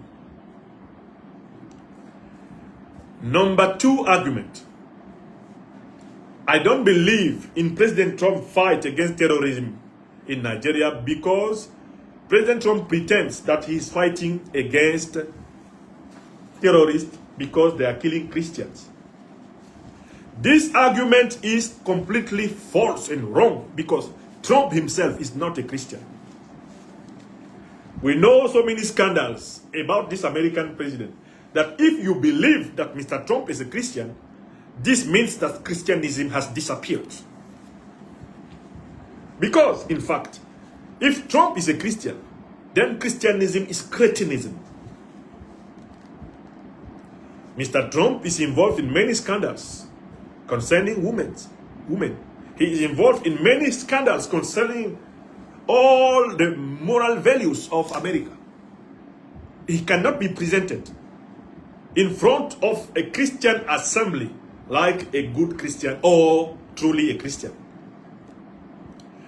He is one of the specialists of the hate speech against people of different color of skin. He is one of the most racist presidents that America has ever had. You can't be racist and be a Christian, because the most important law of Christianism is the law of love. Love your neighbor like yourself. Love your beloved brothers like yourself. You can't love God if you don't love your human neighbor.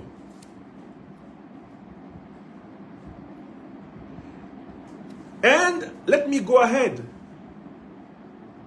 If Trump pretends that he is fighting against terrorism to protect African or Nigerian Christians, why is Trump unable to protect American Christians, American black Christians who are under discrimination, who are losing their Obamacare, who are now the poorest population of the United States?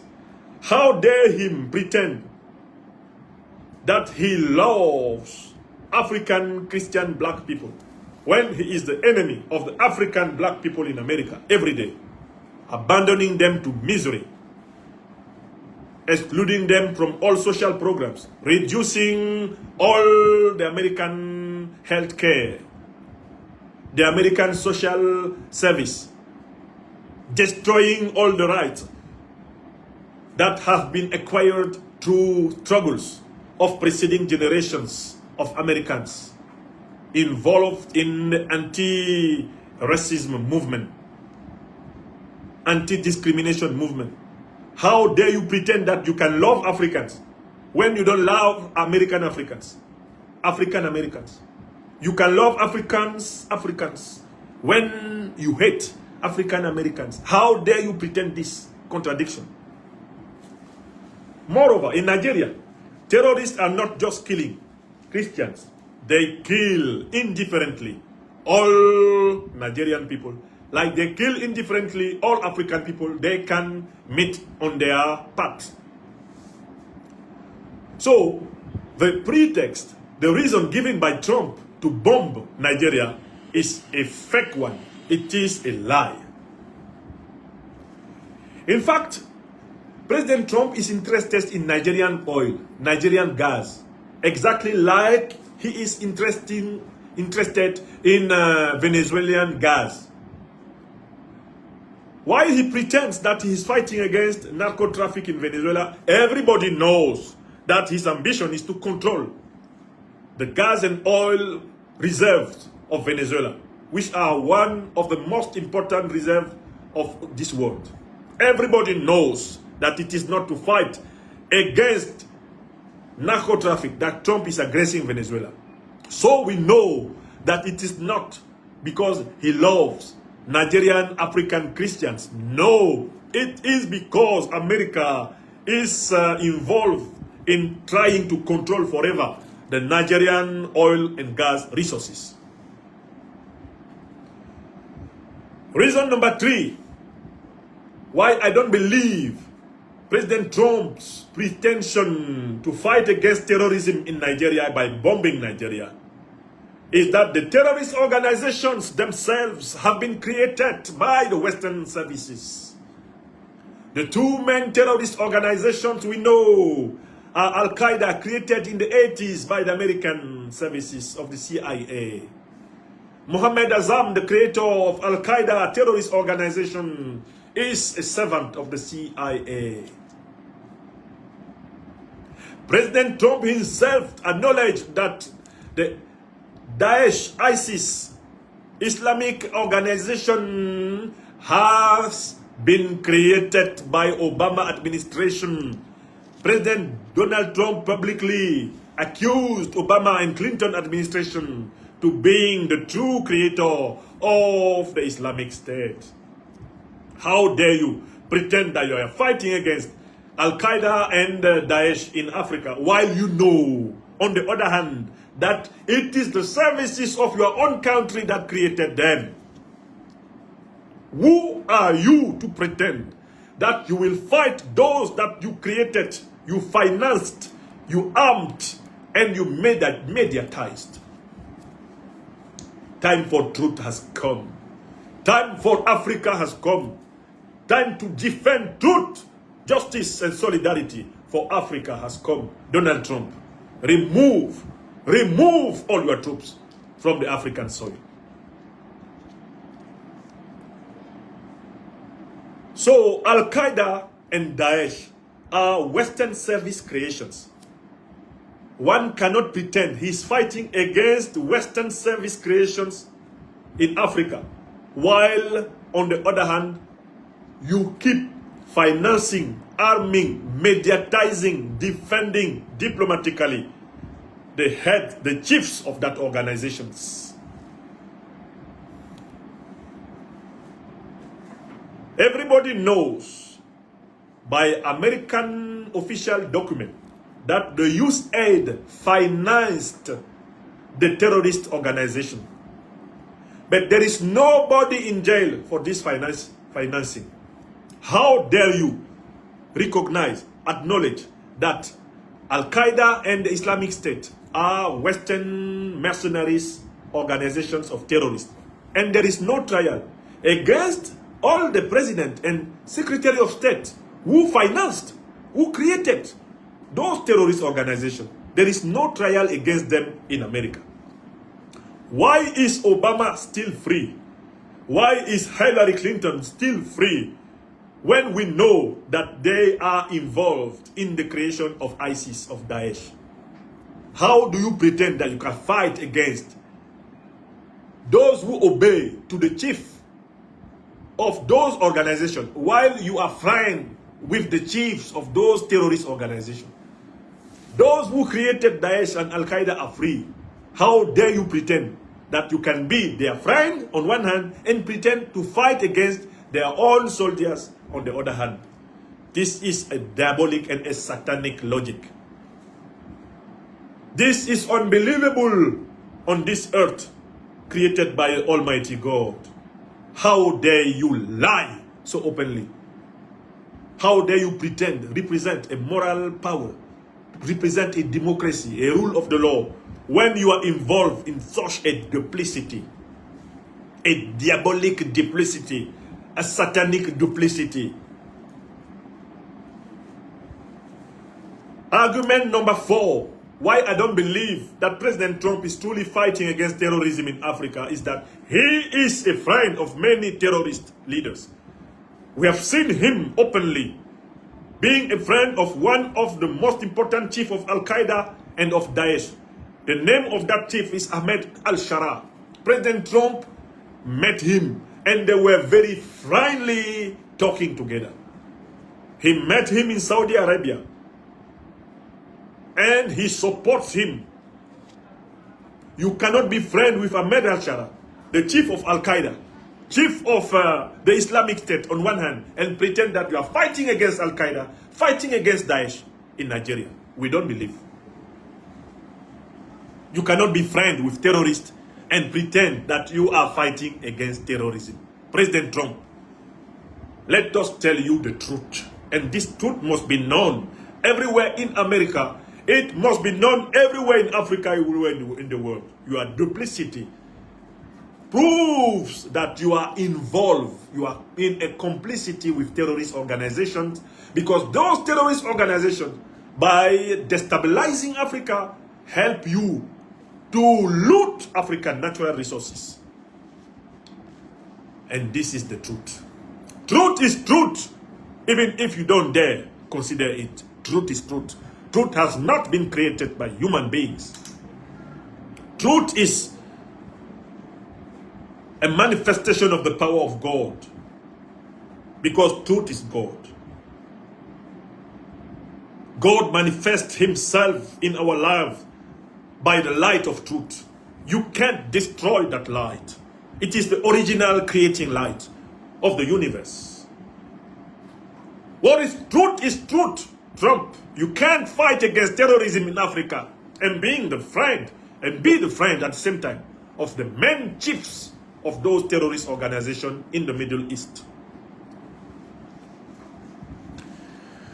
So that is why we believe that there is no other solution against you than explaining to our people that in fact the NATO, America and all Western allies are involved in a very, very big and huge project of recolonization of Africa.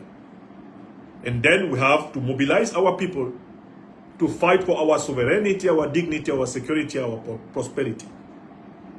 For us, number 2 is we have to build very strong geostrategic alliances with all African and non-African powers who are anti-imperialists like ourselves.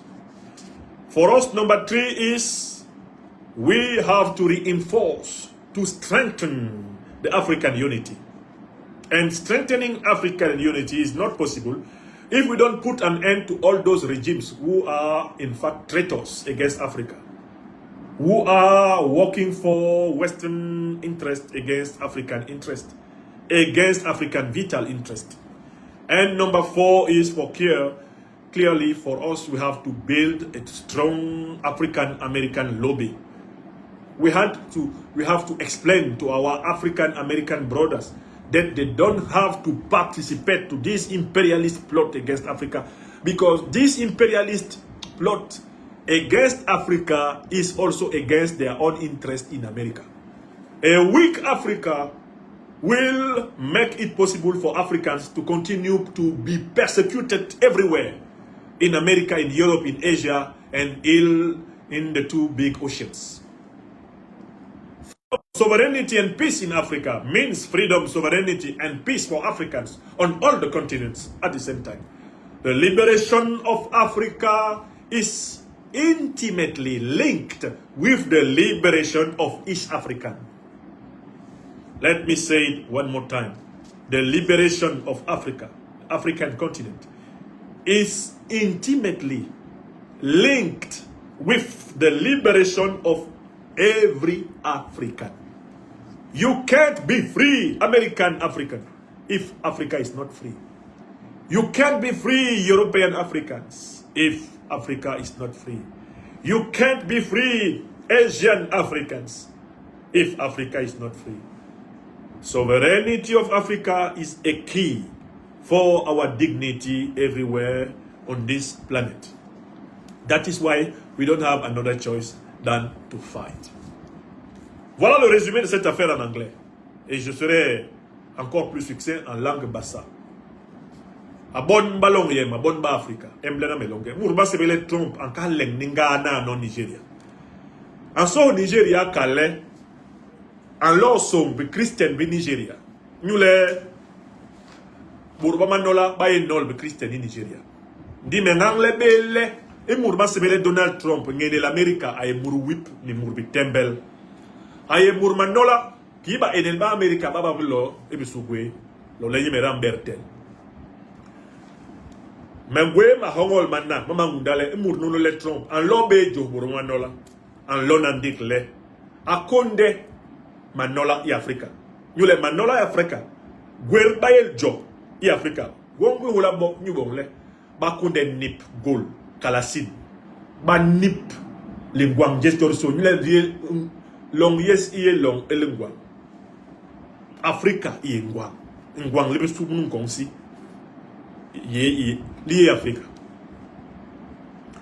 mourba sebele Trump mais tabele be di hebi jongu an kale an lo jo bourba no la Nigeria inyuki nyule Trump abuka lebe long bi Africa go so bi long bi tibi Trump abuka le aso bo be te bon ba Africa ya America ambunga bon ba Africa America hikikel ambunga ngabo ki bunga tibi ni muratabela bunga bon ba Africa ya America ni alors bon bisambi Africa inyu bon ba Africa bala ngwe be Africa bala Africa ye long tibi ki lo bon Africa Trump a Donald Trump ki un lo bon i Africa bala Africa ye long tibi yen ni nyolong yon wa be mwe jamle bisuli jamle yonel ba embla na melonge e mourma sebele Trump nye an lo so bon ba Christian mais ba Trump nye mera e man Christian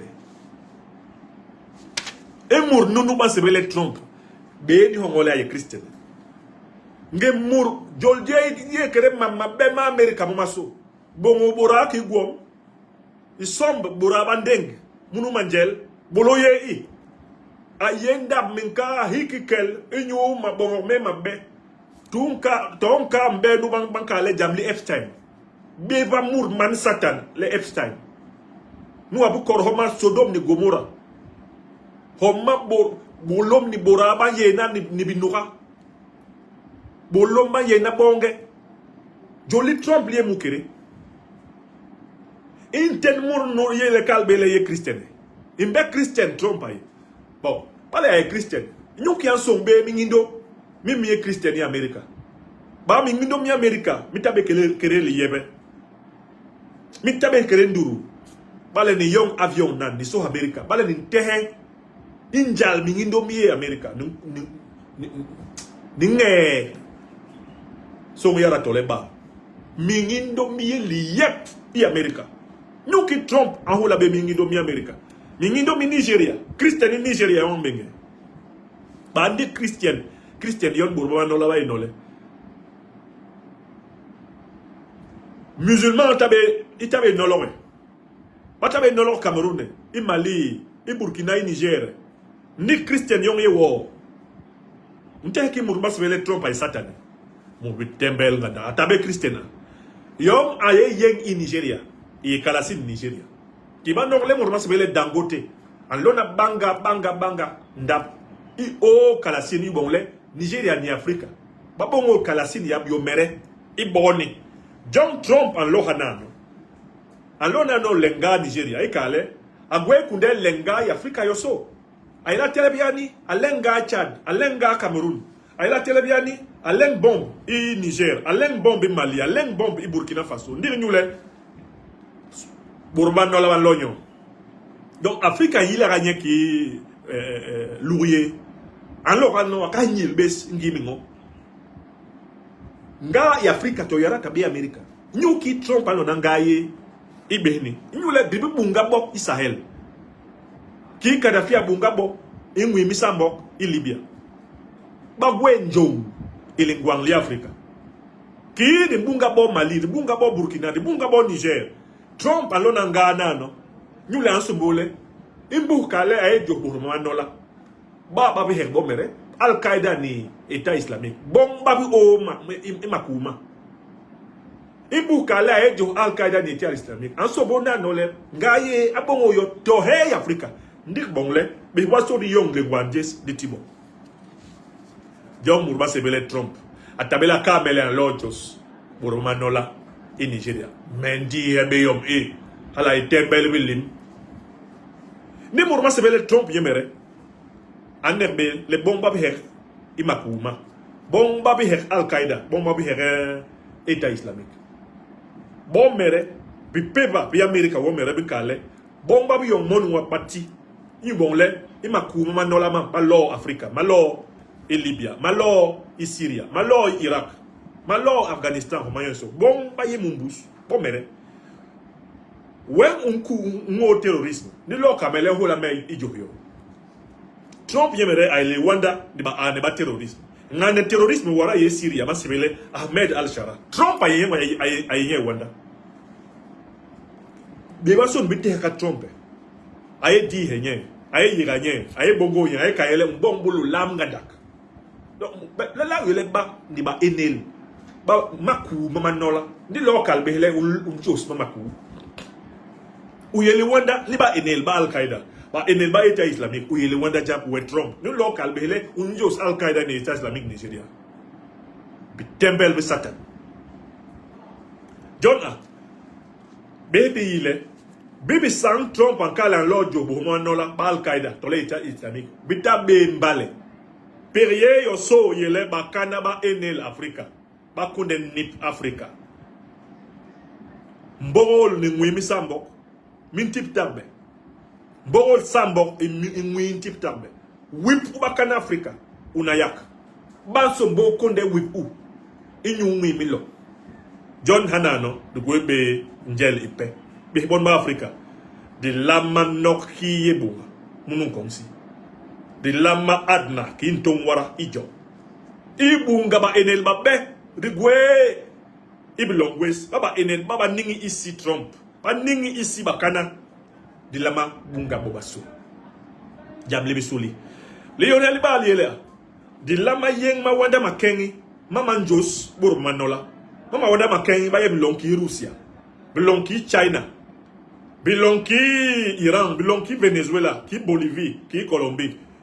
Bilong bi Kenya, bi Sang, ki India, bilong ki Brazil, din televentong, di Koa youth ijo. Nous le bala rinjo bea. Ban yong bes wara ni wara mbus nunu, wara imbus nunu ban chebe waso. Nous le ba kana ba bugwe le yep, hisi ya bugwe be lingwang. Ba yenjong ya Afrika, nous le Afrika yengwang. Ni normalonge. Ni normalonge. Jam Lionel la ma adna engira arna enkola bale ngadna be gwedin wo bale be ba Afrika ngadna be imbus iyom ni ba sebele gweha ya Afrika panafricanisme bale ngadna be mumbu a wedin wo emble na melonge be ba ni embai ni songol nkwel wem nu meti be ni angle wo burwa so ikire long yes ikire di lem chori so di African yele ni Jam Lionel la li le gweb lo bi kebe mingindo bi America bo mere ba mu kere per America ichi Africa et nous n'est plus en Afrique. Ni ma yibele ngara baba Canada America ba mbongol bo ichi Africa. Nyo America baba Canada ban konde jubu bo kere min kom mi yong mi bayong. John bale man Africa ansobo banakunde i America tole i Europa tole i Asia tole munu l'homme keng masebele océan Atlantique tole nunu pe océan Indien bale i man Africa ansobo banatela ulama joy bon le Africa itohola ulama joy bon le Africa banakunde ye nyole bale Africa long yes Africa imbanakunde umbanakunde we man Africa homa yeso ye munu komsi ni nok melonge to nous m'importe. Voilà mes chers amis le message essentiel de cette conférence en 3 langues. Je l'ai donné en français, je l'ai donné en anglais, je viens de le donner en bassa, bantou. Et je vous prie de donner ce message dans votre langue africaine préférée ou maîtrisée. Il faut que le message passe. Que Donald Trump a engagé une guerre de recolonisation ouverte contre l'Afrique. Derrière ces bombardements contre le Nigeria, il veut se donner le droit de nous bombarder tous.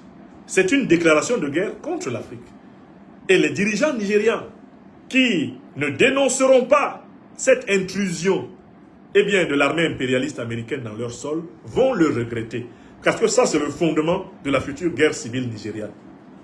Le peuple nigérian va se révolter contre les dirigeants qui offrent le Nigeria en pâture au bombardement américain. Et l'hiver noir dont a parlé le président du Burkina Faso, son excellence le capitaine Ibrahim Traoré, le voilà. Les voilà, les voilà. Les voilà, les voilà. Les Yankees qui bombent nos terres. J'entends leur douce voix chanter comme on. Les voilà, les voilà. Les voilà, les voilà. Les Yankees qui nous attaquent. J'entends leur ville voix chanter comme on. Le voilà, le voilà. Le voilà, l'hiver noir. L'hiver noir qui a été annoncé. J'entends leur traîtresse voix chanter comme on. Tant pis pour celui qui dort. Dans la classe de l'Afrique des libertés, les événements vont se précipiter. Quand les chefs d'État visionnaires vous parlent, quand les intellectuels panafricanistes, les activistes, les militants vous parlent, si vous n'écoutez pas, vous entendrez dans le bruit des bombes, le bruit des bombes nigérianes, des bombes américaines au Nigeria, ce bruit, on appelle cela le coup de semonce. C'est-à-dire que c'est le commencement des hostilités frontales et ouvertes contre l'Afrique. Nous avons intérêt à nous rassembler, nous avons intérêt à nous mobiliser comme un seul homme. C'est une urgence continentale signalée. Si ces bombardements américains au Nigeria passent comme lettre à la poste, ils vont se poursuivre sur nos différents pays. Si nous ne condamnons pas massivement, si la condamnation n'est pas populaire, l'Amérique impérialiste ne reculera pas. À bon entendeur, salut. Que Dieu accorde à toutes les Africaines et à tous les Africains la compréhension nécessaire, le courage nécessaire pour faire face à cette ignominie. Pour ma part, mon sentiment est d'avoir fait mon travail. Tout mon travail, en vous alertant sur la gravité de ce qui a couru. Vraiment la gravité de ce qui a couru. Parce que si vous n'avez pas compris ça, c'est que le danger est grand. Bon, on peut toujours se séparer en musique, comme on avait commencé. Et à ce moment, il est exactement 11h. Il est exactement 11h au Mali, quand j'interromps cette conférence, après m'être exprimé pendant, je pense, plus de 2 heures. Près de 2 heures. Puisque j'ai commencé, oui, près de 2 heures, pas plus. 1h55. Donc depuis pratiquement 9 heures. Le grand maître Jean Bikoko Aladin nous accompagne avec chaque chose à son temps. Merci infiniment.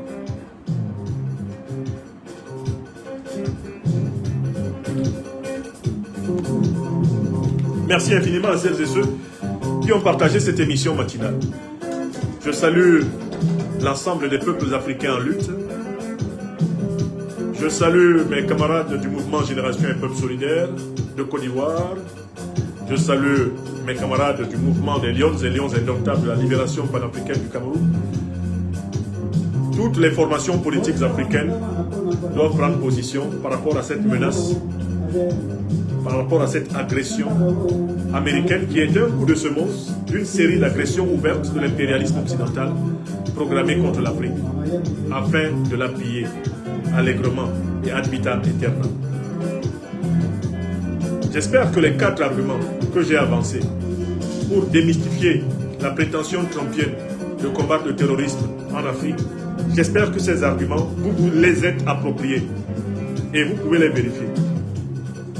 Je n'ai rien dit qui ne soit pas prouvé. Je n'ai rien dit qui ne soit pas éprouvé. C'est ma mission. Le service de la vérité et justice des Africains. Soyez bénis et merci d'avoir partagé.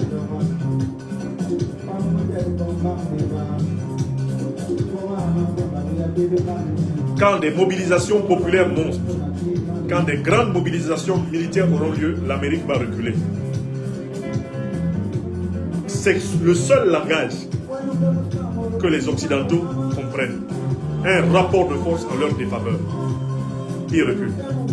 Ils ne reculent devant rien d'autre qu'une force supérieure. Il faut la leur opposer pour défendre la souveraineté africaine.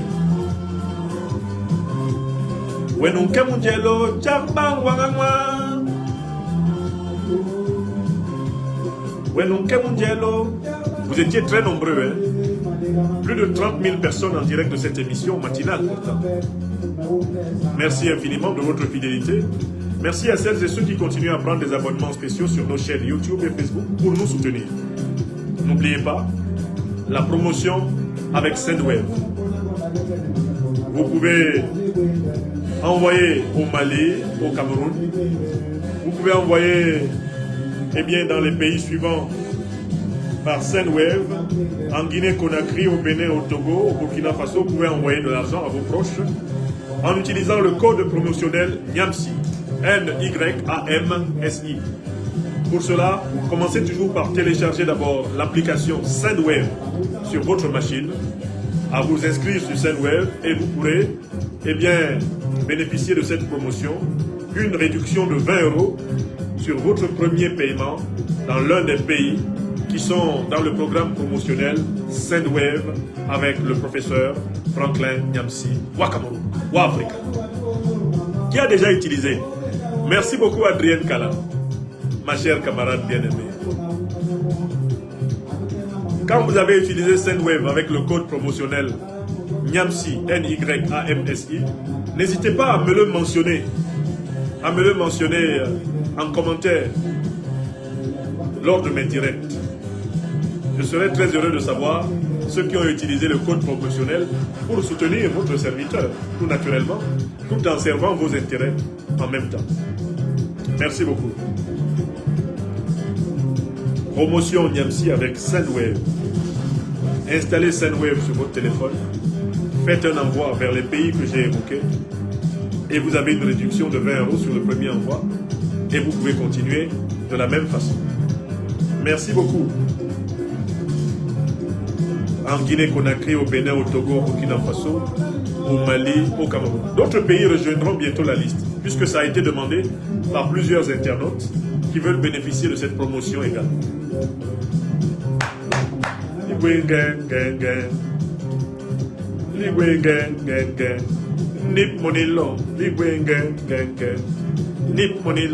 Merci beaucoup, ma chère Dorothée Kelly-Nyangono, de participer au programme promotionnel Sendwave, utilisé comme code promotionnel NYAMSI, N-Y-A-M-S-I. Merci beaucoup.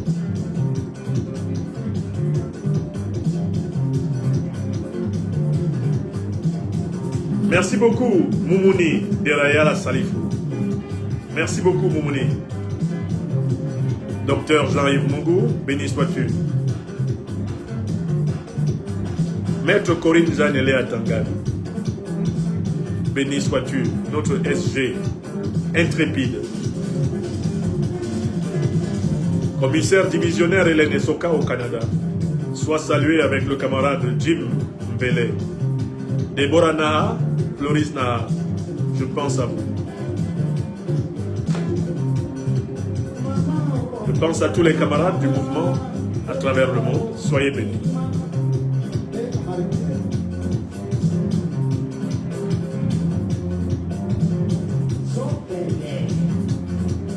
Alors, il y a quelqu'un que je dois virer là. Un imbécile qui prétend être du Togo révolutionnaire et qui n'a en réalité qu'une allure de l'arbre embryonnaire.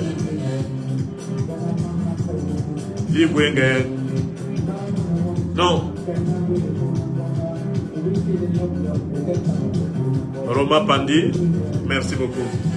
Zouléa Mara, ma chère camarade, ma soeur bien-aimée, merci infiniment. Boubacar Dabo, je salue bien sûr le Sahel. Je suis toujours à Bamako, au Mali, au cœur de notre peuple sahélien.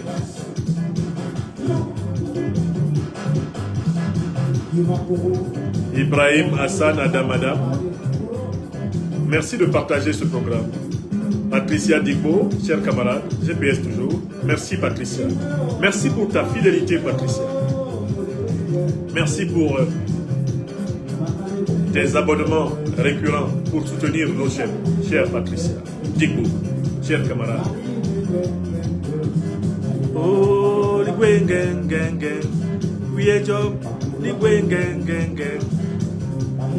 c'est le grand maître Jean-Bikoko Aladin. Niantio, merci. Doa Thomas, merci. Nasom Dita, Thomas Doa.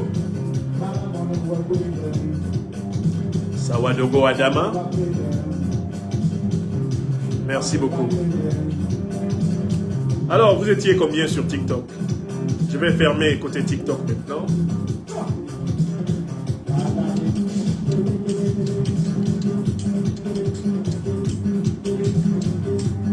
Merci. Eh bien, vous étiez 18 000 en direct sur TikTok. 18 000 spectateurs en direct sur TikTok. Et sur les autres plateformes, vous étiez environ 25 000. Donc, on a frôlé. On a dépassé les 40 000 spectateurs en direct de cette émission aujourd'hui. Merci beaucoup. Ça nous fait une émission avec un bon taux d'alerte.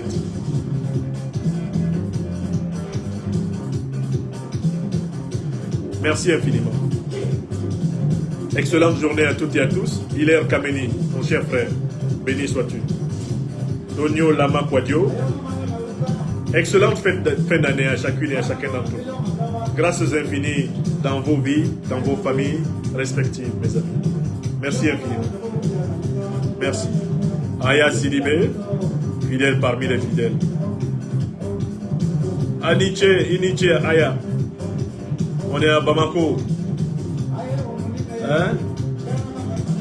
Il fait beau à Bamako. Merci beaucoup. Bayere Noufou, merci beaucoup. Moussa Barka, Michel Johnny, Vini Panch, soyez bénis. Igwengen, Agwengen, Nip Monilong, Ligwengen. Voilà, merci. Pasteur Tamak Bintamak Théodore, béni sois-tu. Younousa Yamdaogo Soulé, merci beaucoup. Catalina Borges, merci infiniment Catalina. Banjuku Kamana, merci beaucoup.